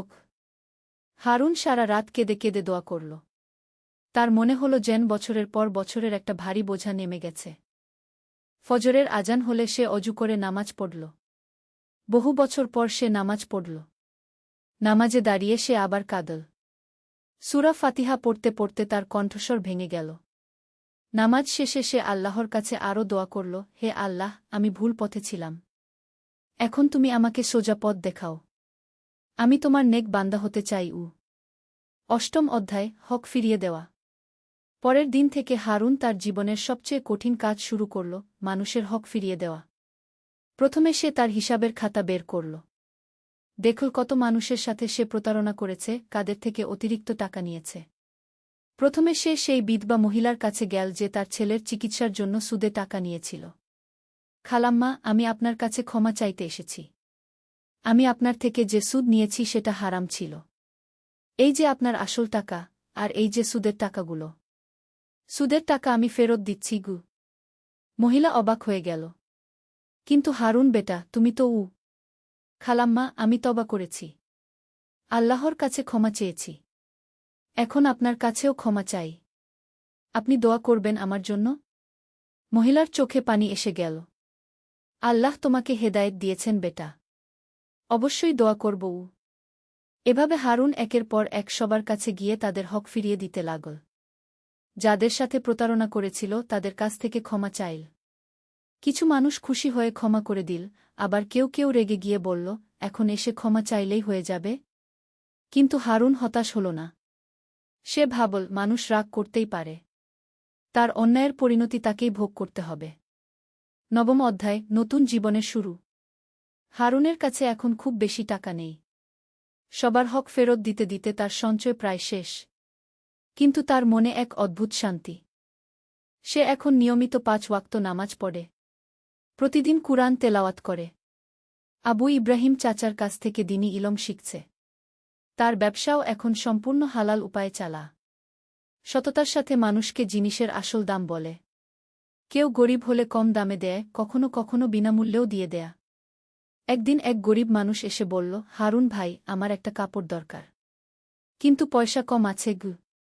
কোনো অসুবিধা নেই ভাই, যা পারেন দিয়ে দিন, বাকিটা আল্লাহর জন্য দান করলাম। হারুন মুখে হাসি নিয়ে বলল। দেখতে দেখতে হারুনের দোকানে অন্য রকম মানুষজন আসতে শুরু করল, যারা জানত যে এখানে সৎ ব্যবসা হয়। কেউ কেউ বলত, হারুন ভাইয়ের দোকানে গেলে ঠকার ভয় নেই গে। আয়েশার স্বাস্থ্যও ধীরে ধীরে ভালো হতে থাকল। একদিন সে হারুনকে বলল, ভাই, আমি জানতাম আল্লাহ একদিন আপনাকে হেদায়েত দেবেন। আম্মা আব্বা নিশ্চয়ই খুশি হয়েছেন গু। দশম অধ্যায়, পরীক্ষার ভিন্ন রূপ। হারুনের জীবন যখন শান্তিতে চলছিল তখন আরেকটি পরীক্ষা এল। কিন্তু এবার পরীক্ষাটা ভিন্ন ধরনের। একদিন তার দোকানে এক ব্যবসায়ী এসে বলল, হারুন ভাই, আমার কাছে খুব ভালো একটা প্রস্তাব আছে। আপনি যদি আমার সাথে অংশীদার হন তাহলে মাত্র 6 মাসে আপনার টাকা 10 গুণ হয়ে যাবে গু।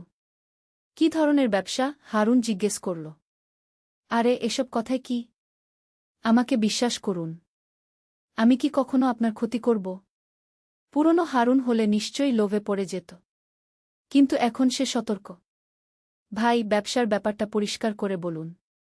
হালাল না হারাম? লোকটি ইতস্তত করে বলল, দেখুন, হালাল হারাম এসব বলে তো আর ব্যবসা হয় না। যুগের সাথে তাল মিলিয়ে চলতে হয় গু। হারুন স্পষ্ট করে বলল, ভাই, আমি এখন আর হারাম পথে ব্যবসা করি না। আল্লাহ যেটুকু হালাল রিজিক দিয়েছেন সেটাতেই সন্তুষ্ট। লোকটি হাসতে হাসতে বলল, আরে হারুন ভাই, আপনি কবে থেকে এত ধার্মিক হয়ে গেলেন? আগে তো আপনি আগে আমি পথভ্রষ্ট ছিলাম। আল্লাহ আমাকে হেদায়েত দিয়েছেন। এখন আমি সে পথেই চলতে চাই। হারুন দৃঢ় গলা উত্তর দিল। একাদশ অধ্যায়, সবরের পরীক্ষা। দিন যেতে থাকল। হারুনের ব্যবসা এখন খুবই সাধারণ। বেশি লাভ নেই, তবে চলার মতো আছে। কিন্তু একদিন আরেকটি বিপদ এল। তার এক পুরনো লিন্দাতা এসে বলল, হারুন, তুমি আমার 500 দিনার দাও। এই মাসেই শোধ করতে হবে গু। হারুন বলল, চাচা, আমি ধীরে ধীরে শোধ করছিলাম তো। এখন একসাথে 500 দিনার কোথায় পাব? সেটা আমার কথা না। হয় টাকা দাও, না হলে আমি আদালতে যাব গু। হারুনের হাতে তখন মাত্র 200 দিনার। সে ভাবল, এখন কি করবে? সেই রাতে সে তাহাজ্জুদ নামাজ পড়ল। আল্লাহর কাছে দোয়া করল, হে আল্লাহ, আমি জানি এটা আপনার পরীক্ষা। আমি ধৈর্য ধরব। আপনি আমাকে সাহায্য করুন। পরের দিন সকালে এক অপরিচিত মানুষ এসে বলল, হারুন ভাই, আমি শুনেছি আপনি খুব সৎ ব্যবসায়ী। আমি আপনার কাছ থেকে কিছু কাপড় কিনতে চাই। লোকটি এত বেশি কাপড় কিনল যে হারুনের 300 দিনার লাভ হয়ে গেল। এই টাকা দিয়ে সে ঋণ শোধ করতে পারল। সুবহানাল্লাহ! আল্লাহর কুদরত, হারুন মনে মনে বলল। দ্বাদশ অধ্যায়, দাওয়াতের কাজ। 1 বছর পরে হারুন শুধু নিজের ইবাদতেই সন্তুষ্ট থাকল না। সে ভাবল, আল্লাহ তাকে এত বড় হেদায়েত দিয়েছেন, এখন তার উচিত অন্যদেরও সৎ পথে আনার চেষ্টা করা। সে তার এলাকার যুবকদের নিয়ে একটি দ্বীনি মজলিস শুরু করল।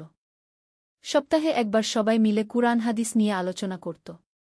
একদিন জাহিদ নামের এক যুবক এসে বলল, হারুন ভাই, আমিও আপনার মতো তওবা করতে চাই। কিন্তু আমার গুনাহ অনেক বেশি। আমি মদ খাই, জুয়া খেলি। আল্লাহ কি আমাকে ক্ষমা করবেন? হারুন তার কাঁধে হাত রেখে বলল, ভাই জাহিদ, আমি তোমার চেয়েও বড় গুনাহগার ছিলাম। কিন্তু আল্লাহ আমাকে ক্ষমা করেছেন। আল্লাহর রহমত সবচেয়ে বড়। তুমি তওবা করো, আল্লাহ অবশ্যই তোমাকে ক্ষমা করবেন গে। কিন্তু হারুন ভাই, আমি বারবার তওবা করি, আবার গুনাহ করে ফেলি। এতে কি আল্লাহ রাগ হয়ে যান না? হারুন হেসে বলল, ভাই, রাসূল শাহ বলেছেন, আদম সন্তান সবাই পাপী, কিন্তু সর্বোত্তম পাপী সেই যে তওবা করে। তুমি গুনাহ করার পর যে তওবা করো, এটাই তো ভালো লক্ষণ। শয়তান তো চায় তুমি হতাশ হয়ে যাও। কিন্তু তুমি আল্লাহর রহমতে আশা রাখো গো। ত্রয়োদশ অধ্যায়, বিয়ে এবং নতুন দায়িত্ব। হারুনের বয়স এখন 27। আয়েশা তাকে বলল, ভাই, আপনার বিয়ে করা উচিত। একা থাকলে হবে কেন? হারুন ভাবল, সত্যিই তো। রাসূল শাহ বিয়ে করতে উৎসাহিত করেছেন। আবু ইব্রাহিম চাচা একদিন বললেন, হারুন বেটা, আমার এক বন্ধুর মেয়ে খাদিজা খুব ভালো মেয়ে, নিয়মিত নামাজ পড়ে, কুরআন জানে। তোমার সাথে তার বিয়ে দিতে পারি যদি তুমি রাজি থাকো গু। হারুন বলল, চাচা, আমি তো রাজি। কিন্তু আমার অর্থনৈতিক অবস্থা খুব ভালো না। মেয়ের পরিবার রাজি হবে? বেটা, তারা টাকার চেয়ে চরিত্র দেখে। তোমার তওবা এবং দিনদারির কথা সবাই জানে গি। কয়েক মাস পর হারুনের বিয়ে হয়ে গেল। খাদিজা সত্যিই একজন সৎ এবং দিনদার মেয়ে। সে হারুনকে আরও ভালো মুসলিম হতে সাহায্য করে। বিয়ের পর হারুনের দায়িত্ব বেড়ে গেল। এখন তার স্ত্রীর দেখাশোনা করতে হয়। কিন্তু আল্লাহ তার রিজিকের ব্যবস্থা করে দিলেন। ব্যবসা ভালো চলতে লাগল। চতুর্দশ অধ্যায়, পিতা হওয়ার আনন্দ। বিয়ের 1 বছর পর হারুনের ঘরে একটি ছেলের সন্তানের জন্ম হল। সে ছেলের নাম রাখল ইব্রাহিম, তার দাদার নামানুসারে। ছেলেকে কোলে নিয়ে হারুনের চোখে পানি এসে গেল। সে ভাবল, আল্লাহ তাকে কত বড় নিয়ামত দিয়েছেন। একদিন সে ছিল পাপী, আর আজ আল্লাহ তাকে একজন পিতা বানিয়েছেন। হে আল্লাহ, এই ছেলেটিকে তুমি একজন ভালো মুসলিম বানাও। আমি যেমন পথভ্রষ্ট হয়েছিলাম এই ছেলে যেন সেরকম না হয়। হারুন দোয়া করল। খাদিজা বলল, স্বামী, আমাদের এই ছেলেকে ছোট থেকেই দিনের শিক্ষা দিতে হবে, যাতে সে আল্লাহর একজন নেক বান্দা হয়। হারুন বলল, হ্যাঁ, আমি যেসব ভুল করেছি এই ছেলে যেন সেসব না করে। আমি তাকে ছোট থেকেই কুরআন হাদিস শেখাবগু। ৫০ অধ্যায় সমাজ সেবা। হারুন এখন শুধু নিজের পরিবার নিয়েই ব্যস্ত থাকে না। সে তার এলাকার গরিব মানুষদের সাহায্য করার জন্য একটি ছোট কমিটি গঠন করেছে। প্রতি মাসে সে তার আয়ের একটা অংশ গরিবদের মধ্যে বিতরণ করে। রমজান মাসে ইফতার বিতরণ করে। ঈদের সময় গরিব বাচ্চাদের নতুন কাপড় কিনে দেয়া। একদিন এক বিধবা মহিলা এসে বলল, হারুন ভাই, আপনি আমাদের অনেক সাহায্য করেন। আল্লাহ আপনার মঙ্গল করুন। আপনার মতো মানুষ খুব কমই আছে গি। হারুন লজ্জা পেয়ে বলল, খালাম্মা, এসব বলবেন না। আমি তো অনেক বড় পাপী ছিলাম। এখন আল্লাহর শকর আদায় করার চেষ্টা করছি। কিন্তু আল্লাহ তো আপনাকে ক্ষমা করে দিয়েছেন। এখন আপনি আমাদের এলাকার সবচেয়ে ভালো মানুষদের একজন। হারুন মনে মনে আল্লাহর শুকরিয়া আদায় করল। সে ভাবল, আল্লাহ কত দয়ালু যে তাকে এত সম্মান দিয়েছেন। ১৬ অধ্যায় হজের সৌভাগ্য। হারুনের বয়স যখন ৩০, তখন সে হজের জন্য প্রস্তুতি নিতে শুরু করল। কয়েক বছর ধরে টাকা জমিয়ে এখন তার হজ করার মতো অবস্থা হয়েছে। খাদিজা, আমি এবার হজে যেতে চাই। আল্লাহর ঘর দেখার খুব ইচ্ছা, হারুন স্ত্রীকে বলল। খাদিজা খুশি হয়ে বলল, আল্লাহ আপনাকে হজের তৌফিক দিন। আপনি আমার এবং ইব্রাহিমের জন্য দোয়া করবেন। হজের জন্য যাত্রার আগে হারুন সবার কাছ থেকে ক্ষমা চাইল। যাদের কোনো হক বাকি থাকতে পারে তাদের সাথে মিটমাট করল। মক্কায় পৌঁছে কাবা শরীফ দেখে হারুনের চোখে পানি এসে গেল। সে ভাবল, একদিন সে আল্লাহকে চ্যালেঞ্জ করেছিল, আর আজ সে আল্লাহর ঘরের সামনে দাঁড়িয়ে আছে। তাওয়াফ করার সময় সে দোয়া করল, হে আল্লাহ, তুমি আমার সব গুনাহ ক্ষমা করে দিয়েছ। আমার পরিবারের এবং আমার এলাকার সবার মঙ্গল করো। আমাকে সারা জীবন তোমার নেক বান্দা হিসেবে থাকার তৌফিক দাও। আরাফার দিনে সে আরও কাঁদল। মনে হল যেন তার সব পাপ ধুয়ে গেছে। সে নতুন জন্ম নিয়েছে। ৭০ অধ্যায় ফিরে আসা। হজ থেকে ফিরে হারুন আরও বেশি আল্লাহমুখী হয়ে গেল। সে এখন তার এলাকায় একটি ছোট মাদ্রাসা স্থাপন করার পরিকল্পনা করল। আবু ইব্রাহিম চাচা, আমি চাই আমাদের এলাকার বাচ্চারা ভালো দিনী শিক্ষা পাক। আপনি কি একটা মাদ্রাসা চালু করতে সাহায্য করবেন? আবু ইব্রাহিম খুশি হয়ে বলল, অবশ্যই বেটা। এটা খুব ভালো কাজ। আমি আমার বন্ধু হাফেজ আব্দুর রহমানকে বলব। তিনি মাদ্রাসার দেখাশোনা করতে পারবেন। কয়েক মাসের চেষ্টায় মাদ্রাসাটি চালু হয়ে গেল। এলাকার অনেক বাচ্চা এখানে কুরআন, হাদিস এবং ইসলামিক আদব-কায়দা শিখতে শুরু করল। হারুনের ছেলে ইব্রাহিমও এখন ৩ বছর বয়সে ছোট ছোট সূরা মুখস্থ করতে শুরু করেছে। ৮৮ অধ্যায় পরের প্রজন্মের জন্য দোয়া। হারুনের এখন আরেকটি মেয়ে হয়েছে। নাম ফাতিমা। পরিবার বড় হয়েছে, দায়িত্বও বেড়েছে। কিন্তু আল্লাহ তার রিজিকের ব্যবস্থা করে দিয়েছেন। একদিন ইব্রাহিম বাবাকে জিজ্ঞেস করল, আব্বু, আপনি কেন এত নামাজ পড়েন? আর কেন গরিব মানুষদের এত সাহায্য করেন? হারুন ছেলেকে কোলে নিয়ে বলল, বেটা, একসময় তোমার আব্বু খুব খারাপ ছিল। আল্লাহর নাফরমানি করতাম। কিন্তু আল্লাহ আমাকে ক্ষমা করে দিয়েছেন। এখন আমি আল্লাহর শুকরিয়া আদায় করার চেষ্টা করি। আব্বু, আমি বড় হয়ে আপনার মতো হতে চাই, ইব্রাহিম বলল। হারুনের চোখে পানি এসে গেল। সে দোয়া করল, হে আল্লাহ, আমার এই ছেলে মেয়েদের তুমি ভালো মুসলিম বানাও। ওরা যেন কখনো আমার মতো পথভ্রষ্ট না হয়। ২৯ অধ্যায় জীবনের শেষ পর্যায়ে। বছরগুলো কেটে গেল। হারুন এখন ৫০-এর কাছাকাছি। তার চুল পেকে গেছে। কিন্তু তার ঈমান আরও শক্তিশালী হয়েছে। তার ছেলে ইব্রাহিম এখন ২০ বছর বয়সী একজন হাফেজ। সে তার বাবার ব্যবসা সততার সাথে চালিয়ে যাচ্ছে। মেয়ে ফাতিমাও একজন দিনদার মেয়ে হয়ে বড় হয়েছে। আয়েশা এখন বিয়ে করে নিজের সংসার করছে। সেও একজন ভালো মুসলিম মহিলা। একদিন হারুনের শরীর খারাপ হল। ডাক্তার বলল, তার হার্টে সমস্যা। বেশিদিন হয়তো বাঁচবে না। এই খবর শুনে হারুন ভয় পেল না। বরং সে খুশি হল যে আল্লাহ তাকে তওবা করার এবং নেক আমল করার সময় দিয়েছেন। সে তার ছেলেকে ডেকে বলল, ইব্রাহিম, আমার সময় হয়তো শেষ হয়ে আসছে। তুমি এই ব্যবসাটা সততার সাথে চালিয়ে যেও। গরিবদের সাহায্য করতে ভুলো না। আর সব সময় আল্লাহকে ভয় করে চলো। আব্বু, আপনি এসব কথা বলছেন কেন? আপনি ভালো হয়ে যাবেন গু। বেটা, মৃত্যু সবার জন্য নির্ধারিত। আমি শুধু চাই তুমি একজন ভালো মুসলিম হও। 20 অধ্যায়, মৃত্যুর প্রস্তুতি। হারুনের শরীর আরও খারাপ হতে লাগল। কিন্তু তার মন শান্ত। সে জানে যে সে তওবা করেছে, আল্লাহর কাছে ক্ষমা চেয়েছে। প্রতিদিন রাতে সে তাহাজ্জুদ নামাজ পড়ে আল্লাহর কাছে দোয়া করে, হে আল্লাহ, আমি তোমার কাছে ক্ষমা চাই। আমার সব গুনাহ মাফ করে দাও। আমাকে ঈমানের সাথে মৃত্যু দান করোক। একদিন তার খুব অসুস্থ অবস্থায় আবু ইব্রাহিম চাচা দেখতে এলেন। হারুন বেটা, কেমন আছো? চাচা, আল্লাহর রহমতে ভালো আছি। আপনি আমার জন্য দোয়া করবেন? অবশ্যই বেটা। আল্লাহ তোমাকে পুরস্কৃত করুন। তুমি একজন পাপী থেকে একজন নেককার মানুষ হয়েছ। তোমার তওবা কবুল হয়েছে গি। হারুনের চোখে পানি এসে গেল। চাচা, আল্লাহর অনুগ্রহেই সব। তিনি না চাইলে আমি কখনোই ভালো হতে পারতাম না গি। 21 অধ্যায়, স্বপ্নে সুসংবাদ। মৃত্যুর কয়েকদিন আগে হারুন একটি সুন্দর স্বপ্ন দেখল। স্বপনে দেখল সে একটি সুন্দর বাগানে দাঁড়িয়ে আছে। চারদিকে সবুজ গাছপালা, ফুল, পাখিদের কলকাকলি। হঠাৎ তার বাবা এসে বলল, বেটা হারুন, আমি তোমার উপর খুশি। তুমি তওবা করে একজন ভালো মুসলিম হয়েছ। আল্লাহ তোমাকে ক্ষমা করে দিয়েছেন গু। সত্যি বাবা? হ্যাঁ বেটা। তুমি যেসব নেক আমল করেছ সেগুলো আল্লাহর কাছে পৌঁছেছে। তোমার জন্য জান্নাতে একটি সুন্দর ঘর তৈরি হয়েছে গি। হারুন খুব খুশি হয়ে বলল, বাবা, আমি তো ভেবেছিলাম আমার এত গুনাহের কারণে হয়তো বেটা, আল্লাহর রহমত সব গুনাহের চেয়ে বড়। তুমি সত্যিকারের তওবা করেছিলে। আর তওবাকারীদের আল্লাহ ভালোবাসেন গি। ঘুম ভেঙে হারুনের মনে অসীম শান্তি। সে বুঝতে পারল আল্লাহ তাকে একটি সুসংবাদ দিয়েছেন। 20 অধ্যায়, শেষ বিদায়। হারুনের মৃত্যুর দিন এসে গেল। সে তার পরিবারের সবাইকে কাছে ডেকে বলল, আমি আল্লাহর কাছে চলে যাচ্ছি। তোমরা আমার জন্য কান্নাকাটি করো না, বরং আমার জন্য দোয়া করো। তারপর সে কালিমা পড়তে শুরু করল, লা ইলাহা আলামানাত, বিশ্বাসের যুদ্ধ। প্রথম অধ্যায়, উজালার সূর্যোদয়।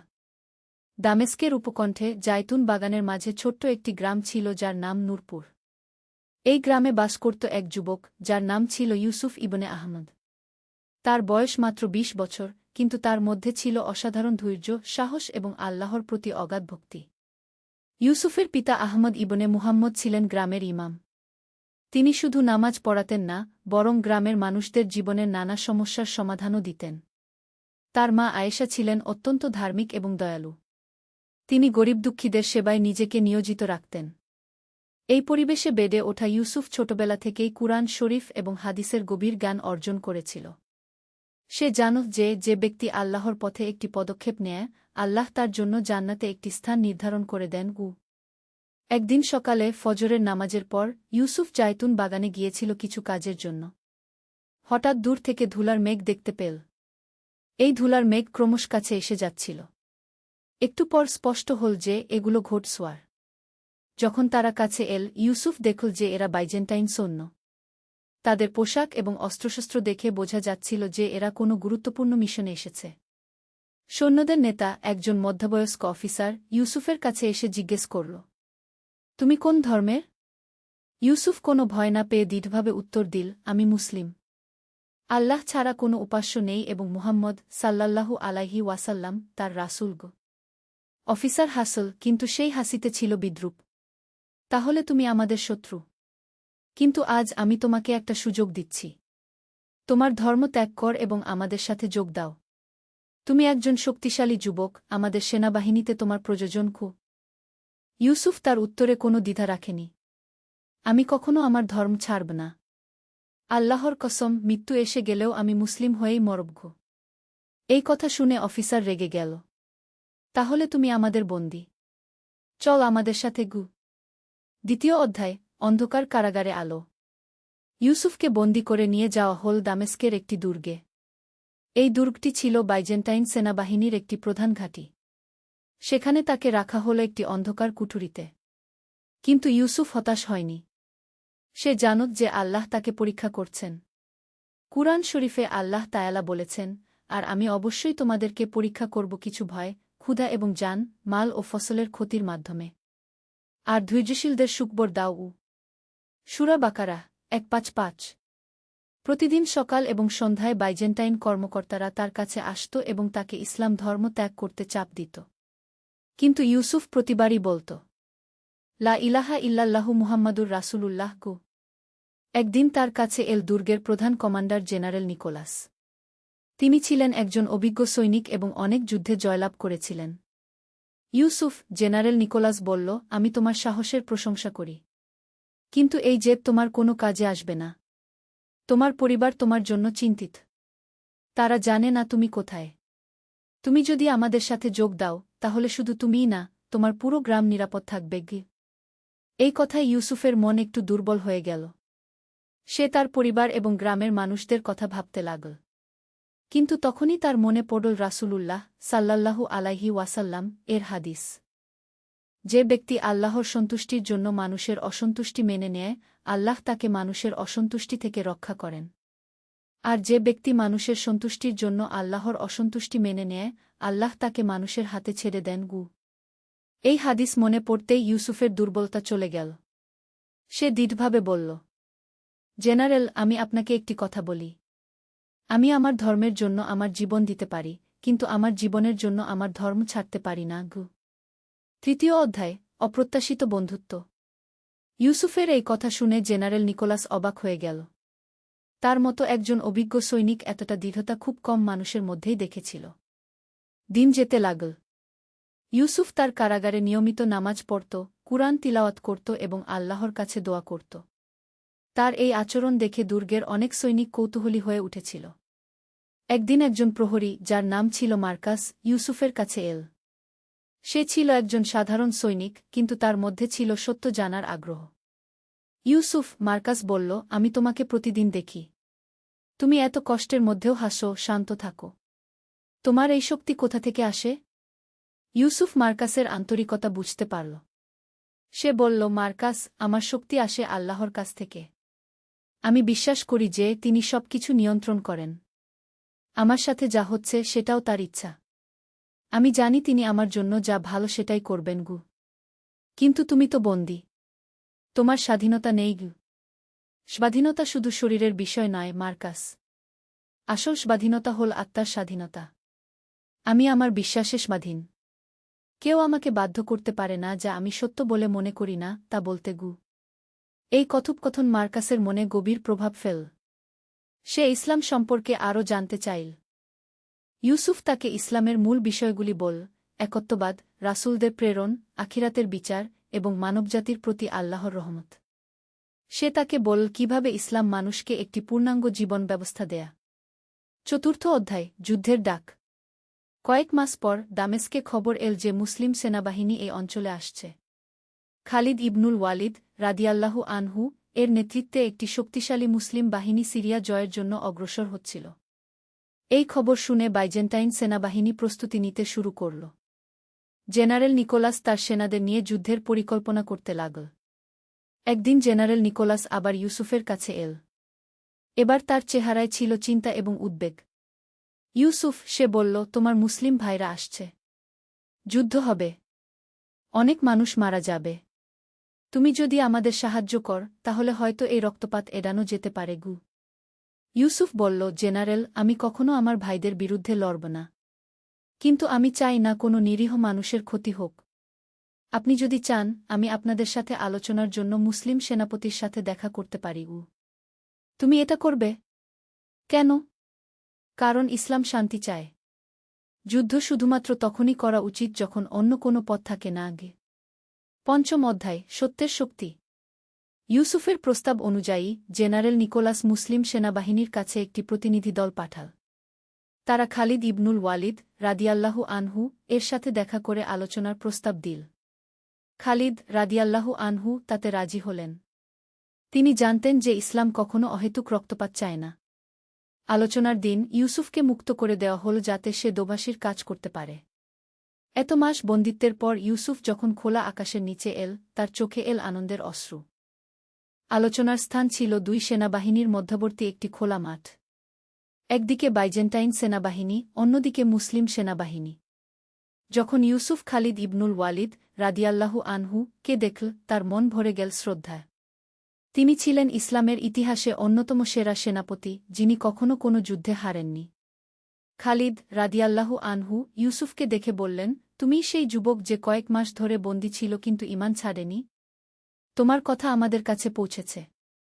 আল্লাহ তোমাকে পুরস্কৃত করুন। ইউসুফের চোখে এল আনন্দের অশ্রু। এতদিন পর তার একজন মুসলিম ভাইয়ের সাথে দেখা হল। আলোচনা শুরু হল। জেনারেল নিকোলাস বললেন যে তারা যুদ্ধ এড়াতে চান, কিন্তু তাদের সাম্রাজ্যের সম্মান রক্ষা করতেও চান। খালিদ রাদিয়াল্লাহু আনহু বললেন, আমরাও অহেতুক রক্তপাত চাই না। তবে আমরা এই অঞ্চলে ইসলামের শাসন প্রতিষ্ঠা করতে এসেছি। যারা আমাদের নিয়ম মেনে নিবে তারা নিরাপদে থাকতে পারবে। তাদের ধর্মীয় স্বাধীনতাও থাকবে। ষষ্ঠ অধ্যায়, অগ্নিপরীক্ষা। আলোচনা কয়েক ঘণ্টা চল, কিন্তু কোনো চূড়ান্ত সিদ্ধান্তে পৌঁছানো গেল না। জেনারেল নিকোলাস তার সৈন্যদের সাথে পরামর্শ করার জন্য সময় চাইলেন। এর মধ্যে মার্কাস, যে ইউসুফের কাছ থেকে ইসলাম সম্পর্কে শুনেছিল, একটি গুরুত্বপূর্ণ সিদ্ধান্ত নিল। সে গোপনে ইউসুফের কাছে এসে বলল, ইউসুফ, আমি ইসলাম গ্রহণ করতে চাই। এই কয়েক মাসে তোমার কাছ থেকে যা শিখেছি তা আমার জীবন বদলে দিয়েছে। ইউসুফ অত্যন্ত খুশি হল। সে মার্কাসকে কলেমা পড়তে শেখাল।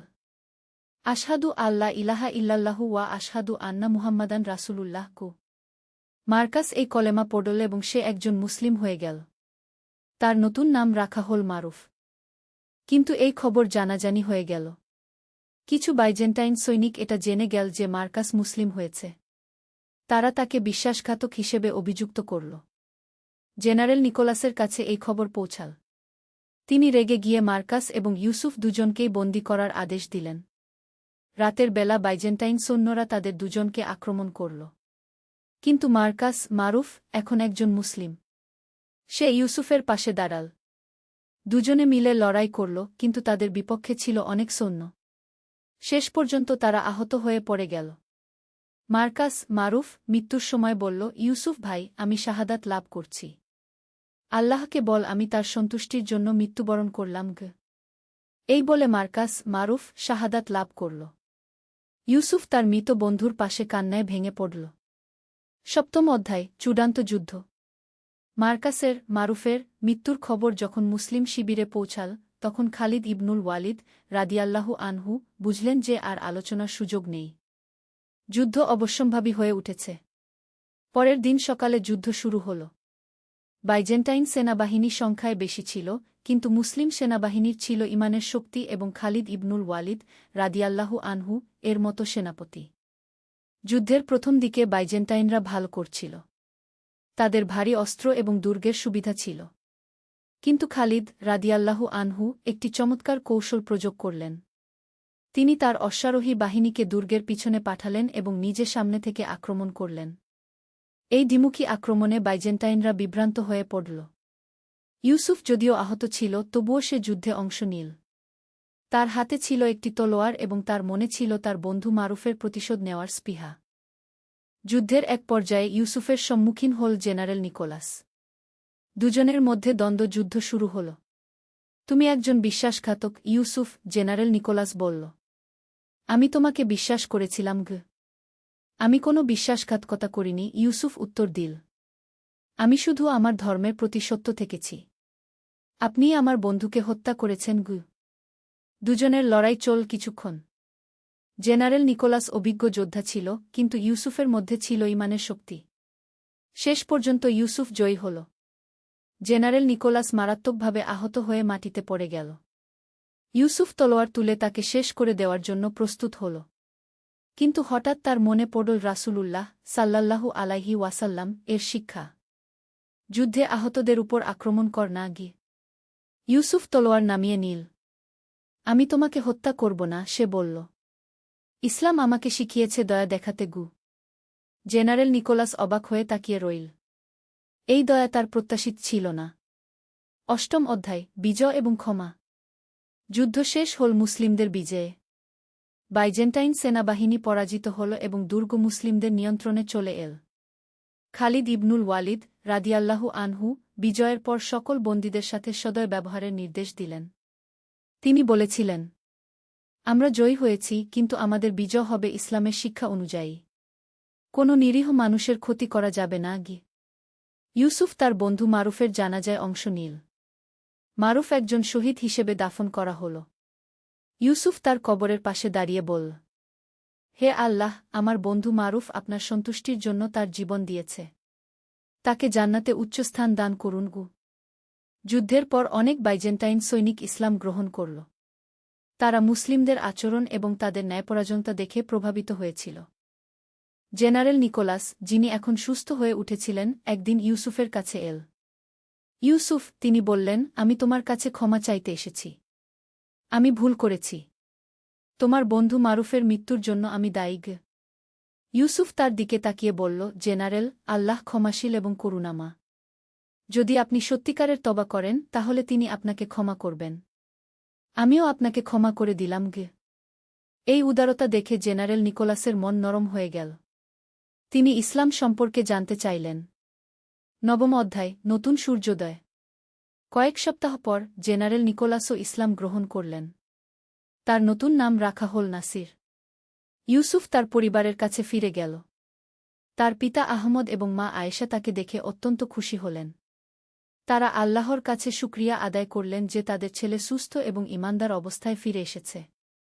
আব্বু, ইউসুফ বলল, এই কয়েক মাস আমি অনেক কিছু শিখেছি। আমি বুঝেছি যে ঈমানের পরীক্ষা খুবই কঠিন, কিন্তু যারা ধৈর্য ধরে, আল্লাহ তাদের সাহায্য করেন। তার পিতা বললেন, বেটা, আল্লাহ তায়ালা বলেছেন, যারা বলেছে আমাদের রব আল্লাহ, অতঃপর তাতে অবিচল থেকেছে, তাদের কাছে ফেরেশতারা নাজিল হয় এই বলে যে, ভয় পেজো না এবং দুঃখ করো না। আর সেই জান্নাতের সুসংবাদ নাও যার প্রতিশ্রুতি তোমাদের দেওয়া হয়েছিল। সূরা ফুসিলাত ৩:০। ইউসুফ এখন নূরপুর গ্রামে ফিরে এসে মানুষদের ইসলামের দাওয়াত দিতে শুরু করল। তার অভিজ্ঞতা এবং দৃঢ়তার কাহিনী অনেক মানুষকে অনুপ্রাণিত করল। নাসির, পূর্বের জেনারেল নিকোলাস এবং অন্যান্য নতুন মুসলিমরাও এই কাজে যোগ দিল। তারা তাদের নিজেদের সম্প্রদায়ের মানুষদের ইসলামের সুন্দর শিক্ষার কথা বলতে লাগল। দশম অধ্যায়, উত্তরাধিকার। বছর খানেক পর ইউসুফ বিয়ে করল। তার স্ত্রীর নাম ছিল জয়নব। সে ছিল একজন ধার্মিক এবং জ্ঞানী মেয়ে। তাদের সংসারে এল অপার সুখ এবং শান্তি।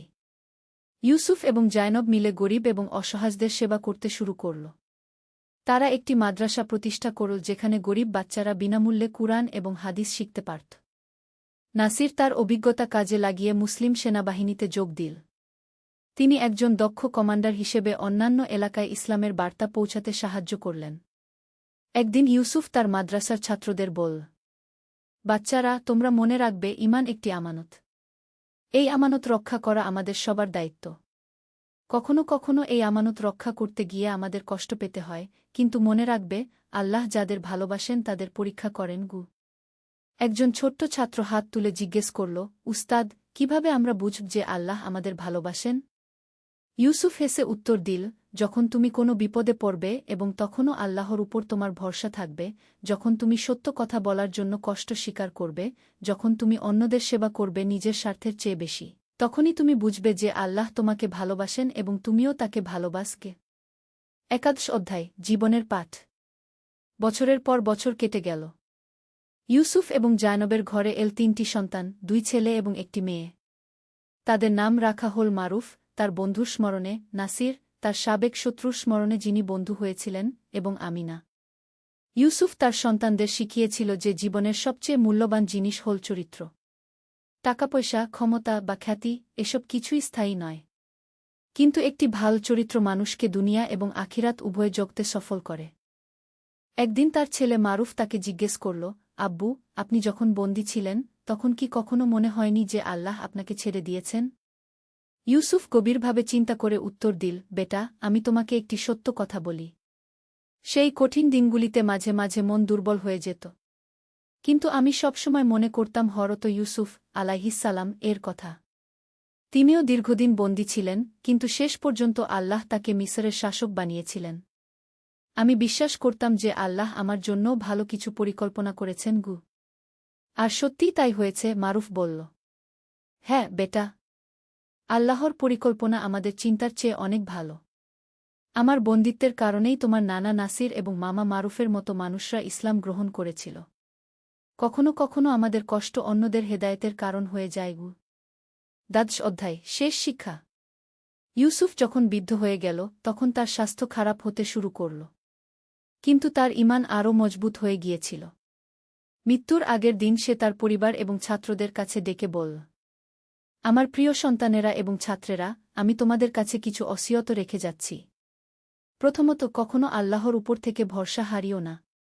যতই কঠিন সময় আসুক, মনে রেখো যে আল্লাহ তোমাদের সাথে আছেন। দ্বিতীয়ত, সবসময় সত্য বলো, যতই কঠিন হোক না কেন। মিথ্যা বলে সাময়িক লাভ হতে পারে, কিন্তু শেষ পর্যন্ত সেটা ক্ষতির কারণ হয়। তৃতীয়ত, অন্যদের সেবা করো। যারা তোমাদের ক্ষতি করে তাদেরও ক্ষমা করে দাও।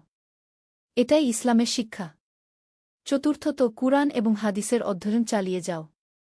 জ্ঞান অর্জন করো এবং তা অন্যদের কাছে পৌঁছে দাও। পঞ্চমত, মনে রেখো যে এই দুনিয়া ক্ষণস্থায়ী। আসল জীবন হল আখিরাতের জীবন। সেই জীবনের জন্য প্রস্তুতি নাও। এই অসিয়ত শেষ করে ইউসুফ তার শেষ নামাজ পড়ল। সেই রাতেই ফজরের ঠিক আগে তিনি শান্তিতে ইন্তেকাল করলেন। তার মৃত্যুর খবর পেয়ে হাজার হাজার মানুষ তার জানাজায় অংশ নিল। নাসির, যিনি এখন একজন বয়স্ক মানুষ, কাঁদতে কাঁদতে বললেন, ইউসুফ শুধু আমাকে ইসলামের পথ দেখায়নি, বরং আমাকে শিখিয়েছে কিভাবে একজন সত্যিকারের মুসলিম হতে হয়। উপসংহার, চিরন্তন বার্তা। ইউসুফের মৃত্যুর পর তার ছেলেমেয়েরা তার আদর্শ অনুসরণ করে চল। তার মাদ্রাসা আরও বড় হল এবং সেখান থেকে অনেক আলেমুলেমা বের হল। তার কাহিনী মানুষের মুখে মুখে ছড়িয়ে গেল। মানুষ বলত যে ইউসুফ ইবনে আহমদ ছিল এমন একজন মানুষ যিনি প্রমাণ করে দিয়েছিল যে ঈমান সবচেয়ে বড় শক্তি। আজও যখন কোনো মুসলিম কঠিন পরিস্থিতিতে পড়ে, তখন সে ইউসুফের কাহিনী মনে করে। সে মনে করে যে যদি ইউসুফ কয়েক মাসের বন্দিত্ব সহ্য করে তার ঈমান রক্ষা করতে পারে, তাহলে সেও পারবে। এই কাহিনীর মূল শিক্ষা হল যে ঈমান শুধু মুখের কথা নয়, বরং এটি একটি জীবনযাত্রা। যারা সত্যিকারের ঈমান রাখে তাদের সে ঈমান সকল পরীক্ষায় অটুট থাকে। আল্লাহ তাআলা পবিত্র কুরআনে বলেছেন, হে ঈমানদারগণ, তোমরা ধৈর্য ও নামাজের মাধ্যমে সাহায্য চাও। নিশ্চয় আল্লাহ ধৈর্যশীলদের সাথে আছেন। সূরা বাকারাহ 153। ইউসুফের জীবনী এই আয়াতের জ্বলন্ত উদাহরণ। তিনি ধৈর্য ধরেছিলেন, নামাজ কায়েম রেখেছিলেন এবং আল্লাহ তার সাথে ছিলেন। আমাদের সবার জীবনেই ছোট বড় পরীক্ষা আসে। কেউ অর্থনৈতিক সংকটে পড়ে, কেউ অসুস্থতায় ভোগে, কেউ পারিবারিক সমস্যায় জর্জরিত হয়। এসব সময়ে ইউসুফের মতো ধৈর্য ধরা এবং আল্লাহর উপর ভরসা রাখা আমাদের জন্য অনুকরণীয়।